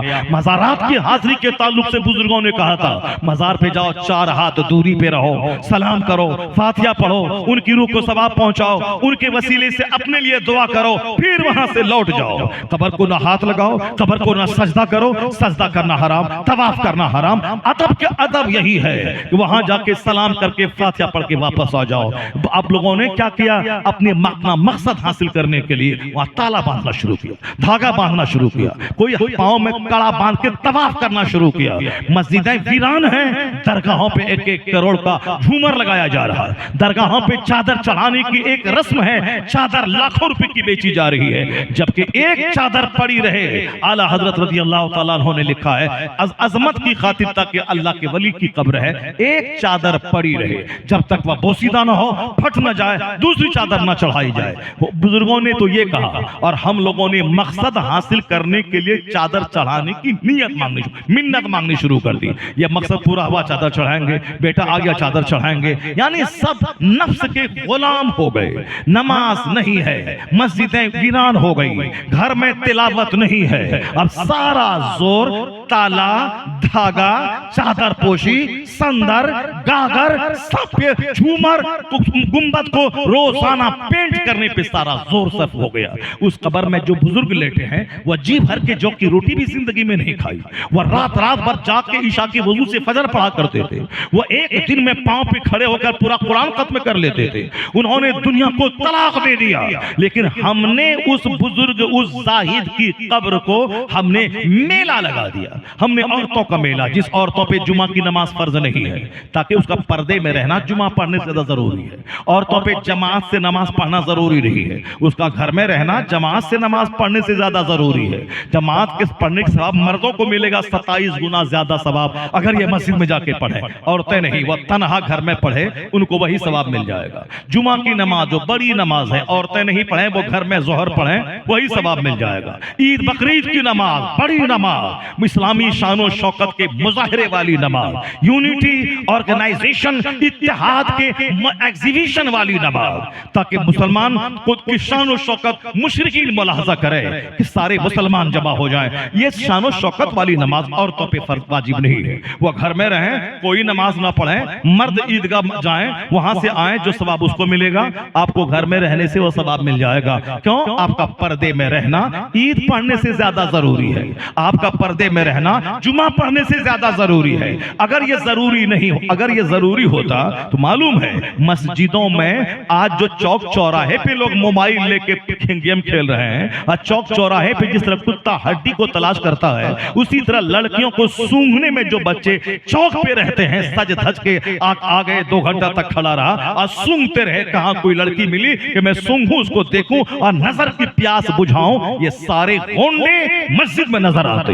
मस्जिद में वो तमाशा होता, लव लेटर वहां दिया जाता, मस्तियां वहां होती, क्योंकि औरतें मस्जिदों में आती जमात के नाम पे, फिर ये छोकरे भी वहां चले जाते, वो धमाल मचता कि जो हाल मंदिरों का है, जो हाल चर्च का है, जो हाल मेला ठेला का है, वो सारा हाल मस्जिदों और ईदगाहों का हो गया होता। वो तो कहिए खुदा का शुक्र है कि आलिमों की तकरीर की धमक, शरीयत के कानून की धमक है कि मस्जिद बुराई का अखाड़ा नहीं है, चूंकि वहां औरतें जा नहीं रही हैं, इसलिए मस्जिदें पाक साफ है। लेकिन इसी चोर दरवाजे से दरगाह पे आ गई, जबकि औरतों को यह सोचना चाहिए था जब जुमा फर्ज नहीं है पर्दा के लिए तो दरगाह पे जाना कैसे जरूरी हो गया, जब ईद बकरीद नमाज हम पर वाजिब नहीं है पर्दा की वजह से, फिर मेला में जाना कैसे जरूरी हो गया। इसका मतलब है कि वह साहब क्या है कि 2-4 लोगों के फतवे की आड़ में अब मज़ारात को मेला बना दिया, पिकनिक पॉइंट बना दिया, लड़का लड़की के मिलने का वो मीटिंग पॉइंट बना दिया, 2-4-10 लोगों के कव्वाली करवाने और उस कव्वाली के म्यूजिक की आड़ में, हारमोनियम और तबला बाजा की आड़ में, औरत और मर्द के मुकाबले की आड़ में उसे ज़िनाकारी का अड्डा बना दिया। हर जगहों पे 2-4-10 लड़कियों को लेके भागने का माहौल पैदा हो गया। इस्लाम पाक मजहब है, इस्लाम पाकीज़गी में विश्वास करता है, इसलिए वहां नफ्स को मिटाना होगा, दूसरे से खतरनाक मुकाबला करने के लिए बेजा तावील नहीं करनी होगी, शरीयत के तकाज़ों को देखना होगा, शरीयत चाहती क्या है, इस्लाम चाहता क्या है। इसलिए अगरचे मेरा मतलब उसके खिलाफ हो कि मेरी रोजी रोटी खतरे में पड़ जाएगी, मगर कितने दिनों तक चादरें बेच के खाएगा, कितने दिनों तक औरतों की भीड़ लगा के 2 पैसा कमा के तू शक्करपाला बेच के अपना पेट पालेगा, 10 साल के बाद तो मरना होगा, मरने के बाद क्या जवाब देगा। इस्लाम फोकस करता है नमाज पे, इस्लाम जोर देता है ज़कात पर, इस्लाम जोर देता है हज पर, इस्लाम जोर देता है ज़कात पर, इस्लाम जोर देता है फास्टिंग और रोजे पर, इस्लाम जोर देता है अखलाक पर, इस्लाम जोर देता है प्योरिटी पर, इस्लाम जोर देता है मॉरलिटी पर, इस्लाम जोर देता है ऑनेस्टी पर, इस्लाम जोर देता है चैस्टिटी पर, इस्लाम जोर देता है दयानतदारी पर। यह इस्लाम अखलाक का मजहब है। Islam is the religion of morality, Islam is the religion of nature, Islam is the religion of discipline. Islam discipline का मजहब है, अखलाक का मजहब है, पाकीज़गी का मजहब है। हमने उसे ढोल का मजहब बना दिया, हमने उसे हारमोनियम का मजहब बना दिया, हमने उसे जहालत का मजहब बना दिया। इसलिए ए कौम मुस्लिम, तुम अपने पीर के बजाय सहाबा की जिंदगी को पेश करो, मुस्तफा की जिंदगी को पेश करो, सरकार गौसे आज़म जो सारे पीरों के पीर हैं उनकी जिंदगी पेश करो। अगर सब अपने बाप दादा में लड़ते रहोगे तो बर्बाद हो जाओगे। बुजुर्गाने दीन को सामने लाओ, छोटे छोटे इख्तलाफ को मिटा दो, मुत्तहिद हो जाओ, जन्नत वहां मिलेगी, कामयाबी यहाँ मिलेगी। तकबीर, नारे रिसालत, पैगाम मुस्तफा, कानून मुस्तफा, खलीफाए ताजुश्शरिया, अताए ताजुश्शरिया, बस्ती बस्ती करिया करिया। नफ्स को मिटाना होगा, अपने नफ्स को पाक कर, कद अफलहा मन तज़क्का, वह कामयाब हो गया जिसने अपने आप को प्योरीफाई किया, अपने आप को गंदगी से बचा लिया। गंदी सोच, गंदा ख्याल, गंदे वसवसात, गंदे प्लान से जो अपने आप को बचा लिया। कपड़ा अगर गंदा हो तो आदमी पानी धो के साफ कर लेगा, लेकिन अगर ज़मीर गंदा हो जाए उसका क्या इलाज होगा, सोच गंदी हो जाए उसका क्या होगा। इसलिए कपड़ा वाइट पहनना कमाल नहीं है, दिल को वाइट रखना यह कमाल की बात है, दिमाग को वाइट रखना यह कमाल की बात है। नियतुल मोमिन खैरुम मिन अमली, मुसलमान की नियत उसके अमल से बेहतर है। अल्लाह इन्नल्लाह ला यंजुरु इला सुवरिकुम वलाकिन यंजुरु इला कुलूबिकुम व अमालिकुम। Allah does not see your face, Allah does not see your wealth, but Allah sees your heart, Allah sees your deeds, Allah sees your action.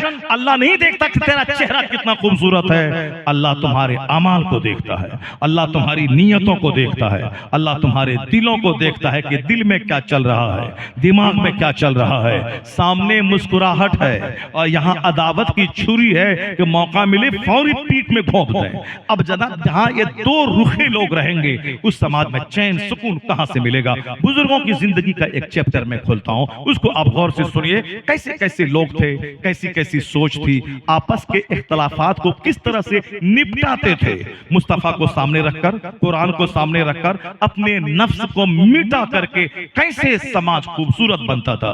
एक किताब इस्लामिक हिस्ट्री में एक चैप्टर मिलता है। एक काजी मुनजिर नाम के एक बड़े नेक, बड़े सालेह और बहुत मुत्तकी परहेजगार एक बुजुर्ग थे जो मस्जिद में नमाज पढ़ाते थे और शहर के काजी थे। काजी मतलब चीफ जस्टिस, जो मुकदमात का फैसला करे, तलाक, निकाह, खुला और दूसरे उमूर को वह देखता रहे। काजी मुनजिर वो मस्जिद के इमाम, जुम्मा की इमामत करते थे। जो बादशाही वक्त था, वो मिस्र का जो बादशाह था, वो बादशाह मकान बनाने में इतना मस्त हो गया था कि नमाज़े पंजगाना तो छोड़िए, जुमा में भी ताखीर से आता था, जुमा में भी ताखीर से आता था। इस कदर बड़े महल बनाने का ख्वाब उसके दिमाग में आया, उस महल में मसरूफ हो गया। नमाज़े पंजगाना तो छोड़िए, जुमा के लिए भी आने में तरद्दुद होता था और गाहे बगाहे नमाजें उसकी छूट जाती थी। एक जुमा को बादशाह मिस्र आया जुमा में और काजी मुनजिर जुमा के खिताब में उन्होंने दुनिया की जो मजम्मत की आयतें थी, जो मुस्तफा की हदीस में जो दुनिया की मजम्मत की गई है, यह दुनिया मुर्दार है, ये दुनिया मिस्र मुर्दार के है, ये दुनिया पर लानत की गई है। दुनिया मलऊनतुन व मलऊनतुम मा फीहा, ये दुनिया पे लानत की गई है और जो कुछ इसमें है उस पर भी लानत की गई है। दुनिया के तलबगारों पे लानत, मगर इल्ला आलिमुन और मुतअल्लिमुन और जिक्रुल्लाह व मा वाला, यानी अल्लाह का जिक्र, आलिम, इल्म सीखने वाला और जो चीज इल्म दीन से रिलेटेड है वो, उस पर लानत नहीं है। क्या मतलब? मकान बनाना कमाल नहीं है, अपने अखलाक को संवारना ये कमाल की बात है, अपनी जमीन का मुकाबला करना ये कमाल नहीं है, बल्कि तमाम फराइज और वाजिबात को वक्त पे अदा करना ये कमाल की बात है। काजी मुनजिर ने जबरदस्त तकरीर कर दी जुमा के दिन, तामीरात के वबाल के एतबार से। कुल्लु बिना ये वबाल इल्ला भी जरूरत, हदीस में आया है तमाम तामीर बासे वबाल है मगर जो जरूरत के तहत हो, यानी जो मकान दिखावे के लिए बनाए वह मकान उसके लिए लानत है, वो मकान उसके लिए बद्दुआ करेगा।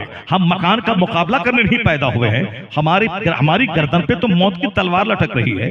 किस वक्त मौत आ जाए, मुसलमान जन्नत के लिए पैदा हुआ है, जन्नत की तैयारी के लिए पैदा हुआ है। इसलिए ये दुनिया आखिरत की खेती है, दुनिया मजरातुल आखिरा, ये दुनिया आखिरत की खेती है। इस दुनिया में बंदा उस जन्नत के हासिल करने वाला काम करे, उसी में से टाइम निकालकर खाने पीने के लिए थोड़ी मेहनत कर ले, पहनने ओढ़ने के लिए थोड़ी सी मेहनत कर ले, बाकी सारा फोकस उस जन्नत का महल जो सोने चांदी की ईंट से बना होगा, जो मुश्क और कस्तूरी के गारे से जिसको जोड़ दिया गया होगा, जहां की जमीन हीरे जवाहिरात की होगी, जहां खूबसूरत बीवियां जो थूके तो सातों समंदर का सॉल्टेड वाटर स्वीट हो जाए, जहां शराबन तहूरा की नहरें, ये सारी बहारें अल्लाह ने जन्नत में तैयार कर दी है। सब कुछ उसके लिए जो इस दुनिया में जन्नत की तैयारी करेगा, ईमान लाएगा, अच्छा काम करेगा। जाहिर सी बात है जिसके घर में दीनी माहौल होगा, जहां चर्चा हदीस कुरान का होगा, उसके बाल बच्चे आईएएस ऑफिसर बनने के बाद भी गुलामे मुस्तफा बन के रहेंगे, वह मोमिन बन के रहेंगे। और जहां दीन का चर्चा नहीं हुआ, जन्नत का चर्चा नहीं हुआ, सिर्फ डीएलएड, इंजीनियरिंग, मेडिकल कॉलेज, साहब नेतागिरी, साहब पैसा कमाना, उद्योग लगाना, दौलत जमा करना, वहां के बाल बच्चे खूबसूरती के दिलदादा होंगे, माल पर आशिक होंगे, छोकरी की वजह से दीन लूटे मगर लड़की चाहिए, नौकरी के लिए चाहे दीन लूटे दाढ़ी लूटे मगर नौकरी चाहिए। वयुबी व दीनहु बिआरतिन मिन दुनिया, मुस्तफा कहते हैं आखिर जमाने में मुसलमान इतना अंदर से डैमेज हो जाएंगे कि दुनिया के बदले में अपना दीन बेच डालेंगे, इतना बेचेंगे कि सुबह रहेंगे मुसलमान, शाम काफिर हो जाएंगे, शाम मुसलमान रहेंगे, सुबह काफिर हो जाएंगे। जाएंगे, कोई तंजीम इसको रोक नहीं पाएगी। मुसलमानों के हजारों बेटे काफिरों के साथ भाग रहे हैं, मुसलमानों की लाखों बेटियां मुशरिकों के साथ भाग रही हैं। उसका वाहिद जिम्मेदार वो घराना है जहां खेल का, तमाशा का, अमिताभ का, गाने का, म्यूजिक का, हारमोनियम का, तबला बाजा का, माल कमाने का जहां शौक दिलाया जाता है, वहां तो जहां चेहरा मिला अच्छा, ईमान लुटा के उनके साथ भागी जाएगी बेटियां। हमने बेटी को बताया कब यह दुनिया आरजी है, यह दुनिया फानी है, यह जवानी चंद दिनों की कहानी है। मौत इंतजार कर रही है, मरने के बाद जहां खरबों साल रहना है, असल आराम वहां का, असल तकलीफ वहां की। इसलिए ये दुनिया पे फोकस न किया जाए। अगर हम उसे जन्नत की कहानी बताते, आखिरत की कहानी बताते, पुलसरात पे 500 साल के बराबर जो रास्ता है, बारीक से तलवार से ज्यादा तेज, बाल से ज्यादा बारीक, ये कहानी बच्चों को बताते, बच्चियां हमारी सहम जाती, वह दुनिया में लज्जतों की खातिर अपने ईमान का सौदा न करती। अगर हम उसे हदीस सुनाते, बुजुर्गों की कहानी बताते, अगर बेटियों को कोई काफिर 10 करोड़ रुपए का ऑफर देकर उसके ईमान को लूटना चाहता, यह कहती मैं तेरे चेहरे पे थूक दूंगी, जिंदगी भर कुंवारी रह जाऊं मगर ईमान का सौदा नहीं करूंगी, मगर ईमान का सौदा नहीं करूंगी। ये वही बोलेगी जिसके बाप ने गुट्ठी में इस्लाम पिलाया होगा, जिसके बाप ने जन्नत की बात बताई होगी, जिसके बाप ने दुनिया को चंद दिन की कहानी और असल आखिरत की कहानी, उसकी दास्तान सुनाई होगी। तब उनके बेटे बचेंगे जहां हमेशा हुस्न की, स्मार्ट की, लव की, अफेयर की, प्यार की, नेतागिरी की, इंजीनियरिंग की, मेडिकल साइंस की, साहब क्या है कि ट्रेनिंग की, जहां नीट निकालने की, जहां साहब नीट निकालने की, बीएड की, एमएड की, डीएलएड की जहां चर्चा होगा, वहां तो एक का ईमान ईमान बेचवा देगा, एक लड़की का चेहरा ईमान बेचवा देगा।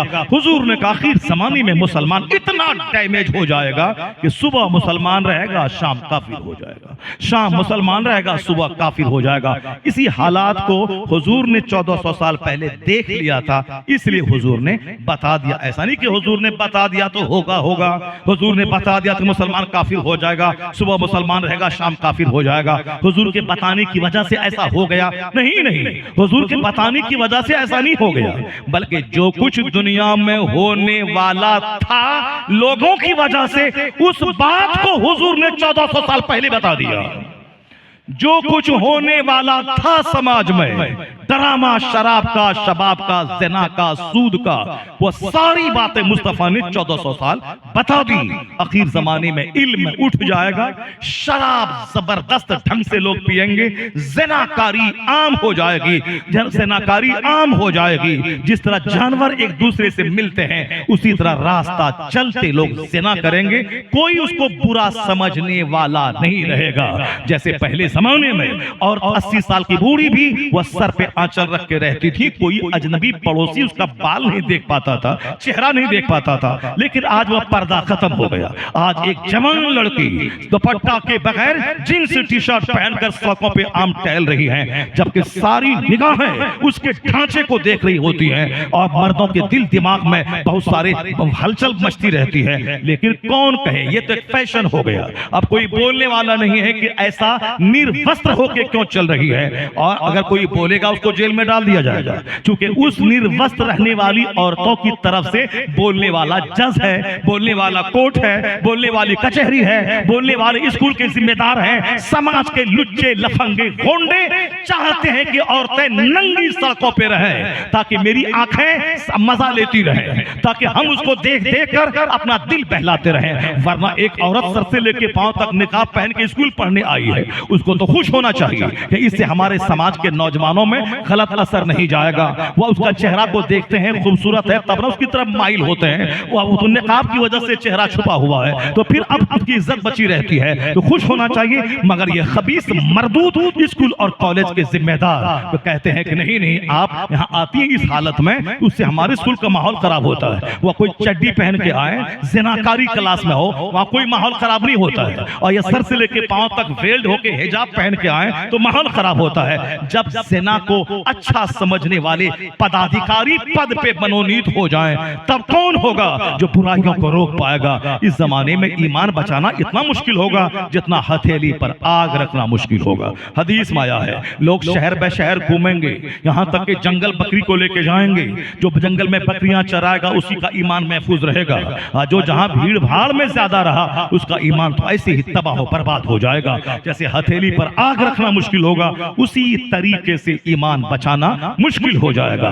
ये शहादत गए उल्फत में कदम रखना है। लोग आसान समझते हैं मुसलमान होना, सर से लेके पांव तक गुनाहों में डूबे हैं और उसके बाद सजा मिले तो अल्लाह कहां है, रसूलुल्लाह कहां है, रसूल हमें क्यों नहीं बचा रहे हैं। ये नहीं बोलता कि इस दिन के जिम्मेदार हम खुद हैं, मेरी बदअमली ने इस दिन को दिखाया है, मेरी बदअमली ने ये अजाब हमारे ऊपर मुसल्लत किया है। नहीं, उल्टे वो बोलता है कि अल्लाह कहां है, रसूलुल्लाह कहां है, उनकी मदद कहां है। ये मत बोल अल्लाह कहां है, गरीबान में झांक के देख के तू कहां है, तेरा अमल कहां है, तेरा कैरेक्टर कहां है, तेरे घर की औरतें कहां हैं, तेरे बच्चे कहां हैं, तेरा समाज कहां है। काजी मुनजिर ने जबरदस्त दुनिया की मुसम्मत पे तकरीर की, सारी तकरीर बादशाह पे फिट हो रही थी। बादशाह को अंदर से बड़ा गुस्सा आया, वो नमाज खत्म होने के बाद सीधे घर गया, तिल मिलाया हुआ था। चूंकि मस्जिद के सारे लोग समझ गए कि काजी साहब ने सारी तकरीर बादशाह पे फिट कर दी।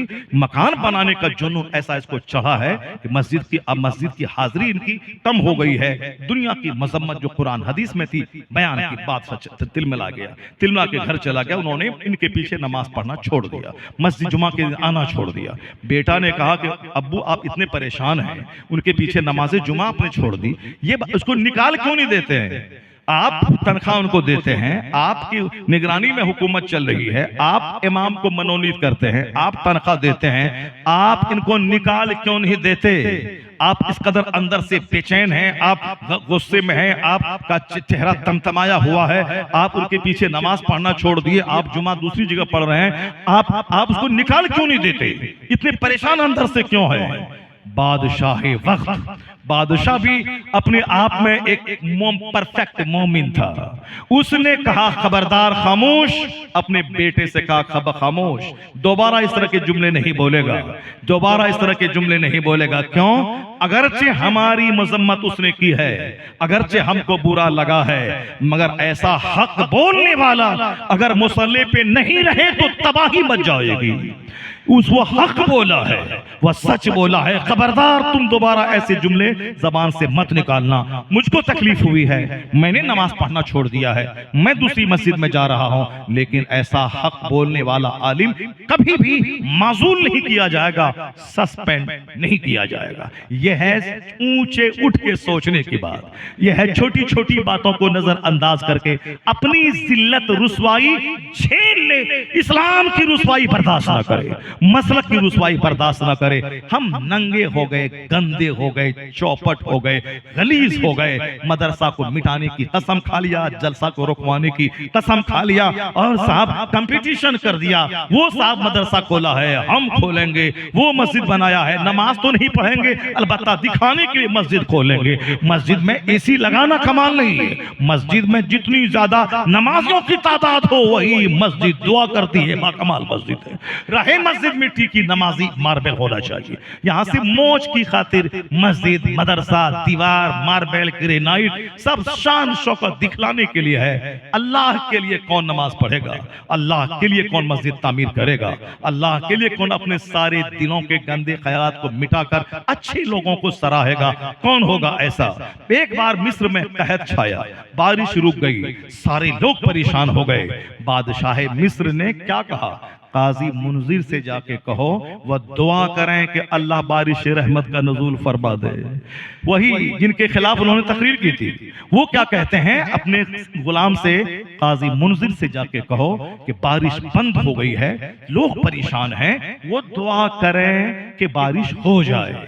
अल्लाह समद। जब बादशाह मिस्र सुल्तान अब्दुल नासिर का जब काजी मुनजिर के पास पहुंचा तो काजी साहब ने कहा कि बादशाह इस वक्त क्या कर रहा है? इस वक्त में कहत छाया है, बारिश रुक गई है, मुझसे दुआ की दरखास्त करने के लिए तुमको भेजा है, ये बताओ कि बादशाह इस वक्त कर क्या रहा है? कहा बादशाह इस वक्त जमीन पे अपनी पेशानी रगड़ रगड़ के दुआ कर रहा है। बादशाह मिट्टी पे अपनी नाक पेशानी रगड़ कर वो दुआ कर रहा है रो रो कर।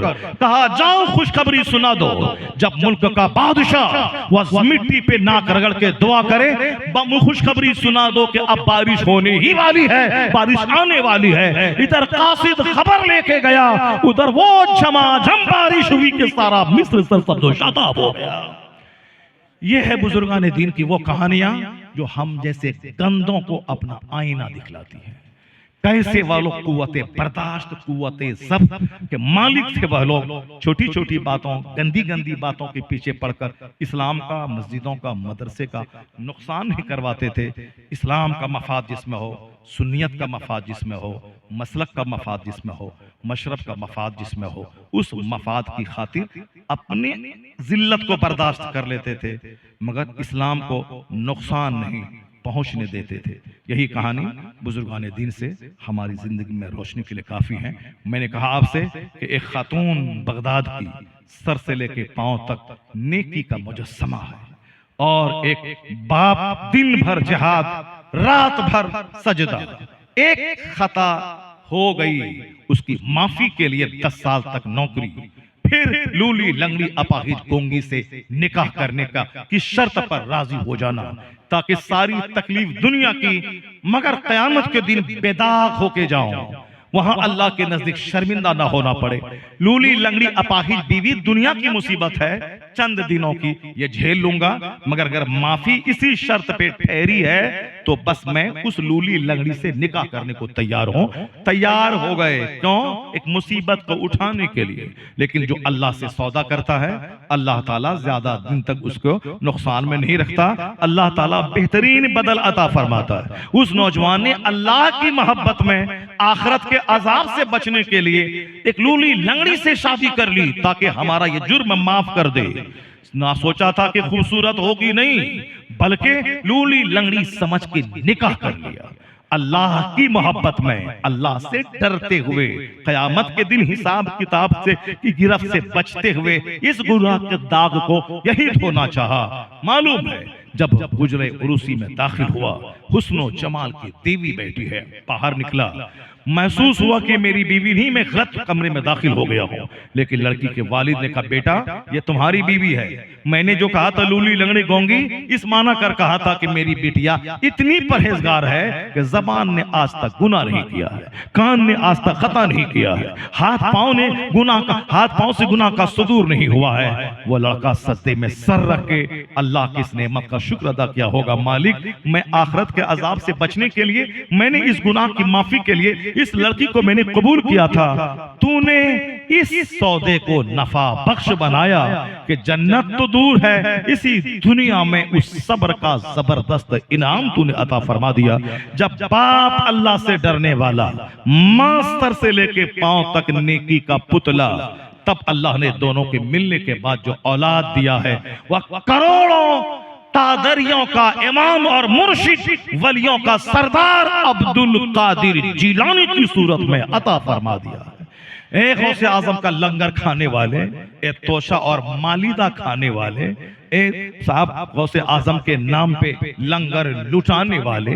गौसे आजम लंगर से उतना खुश नहीं होंगे जितना आपके झूठ छोड़ने से खुश होंगे, आपकी नमाजों की पाबंदी से खुश होंगे, जितना आपके तकवा और परहेजगारी से खुश होंगे। लंगर तो खिलाया, जो डेली खाते हैं वो खिला दिया, लेकिन गौसे आजम का जो मिशन था, बुराइयां मिटाना, नेकियां फैलाना, मुस्तफा के दीन को कायम करना, अमीर से लेके गरीब सारे घरों में पाकीज़गी का माहौल पैदा करना, शराब निकालकर वहां तिलावत कुरान को दाखिल करना, गौसे आजम का मिशन यही था। और वह मिस्र पूरे बगदाद को बुराइयों से पाक कर गए, दीन को जिंदा कर दिया। मुहिउद्दीन का टाइटल अल्लाह की तरफ से आपको मिला, दीन को जिंदा करने वाले हैं। तो गौसे आजम जो दीन को जिंदा करने आए थे, जो 25 साल तक जंगलों के पत्तों को खा करके उन्होंने विलायत हासिल की थी, मार्फत का नूर हासिल किया था, था, उसने बगदाद के मरे हुए इस माहौल को इतना जिंदा किया। मदरसा जिंदा हुआ, खानका जिंदा हुई, मस्जिद का निजाम चुस्त और दुरुस्त हुआ। 70-70 हजार लोग आपकी तकरीर सुनने के लिए आने लगे। यानी जो जहां दीन मर चुका था, गौसे आजम की मेहनतों से अल्लाह ने दोबारा दीन को जिंदा कर दिया। इसलिए गौसे आजम का नाम अब्दुल कादिर था, उसका नाम हो गया मोहिउद्दीन, दीन का जिंदा करने वाला। तो जो दीन को जिंदा करेगा, दीन के लिए मेहनत करेगा, वह गुम नहीं होगा। आज 800 साल हो गए, अल्लाह ने दीन की खिदमतों का इनाम गौसे आजम को यह दिया कि बगदाद से उठाया, शोहरत के आसमान पे पहुंचा दिया। आज पूरी दुनिया में सरकार गौसे आजम की अजमत का डंका बज रहा है। जो सिर्फ अपने लिए खाएगा, पिएगा, मरेगा, उसका बच्चा भी उसकी कब्र पे नहीं जाएगा। और जो दीन के लिए जिंदा रहेगा, अपना बेटा हो न हो, लाखों बेटों के दिल में अल्लाह उसकी मोहब्बत डाल देगा।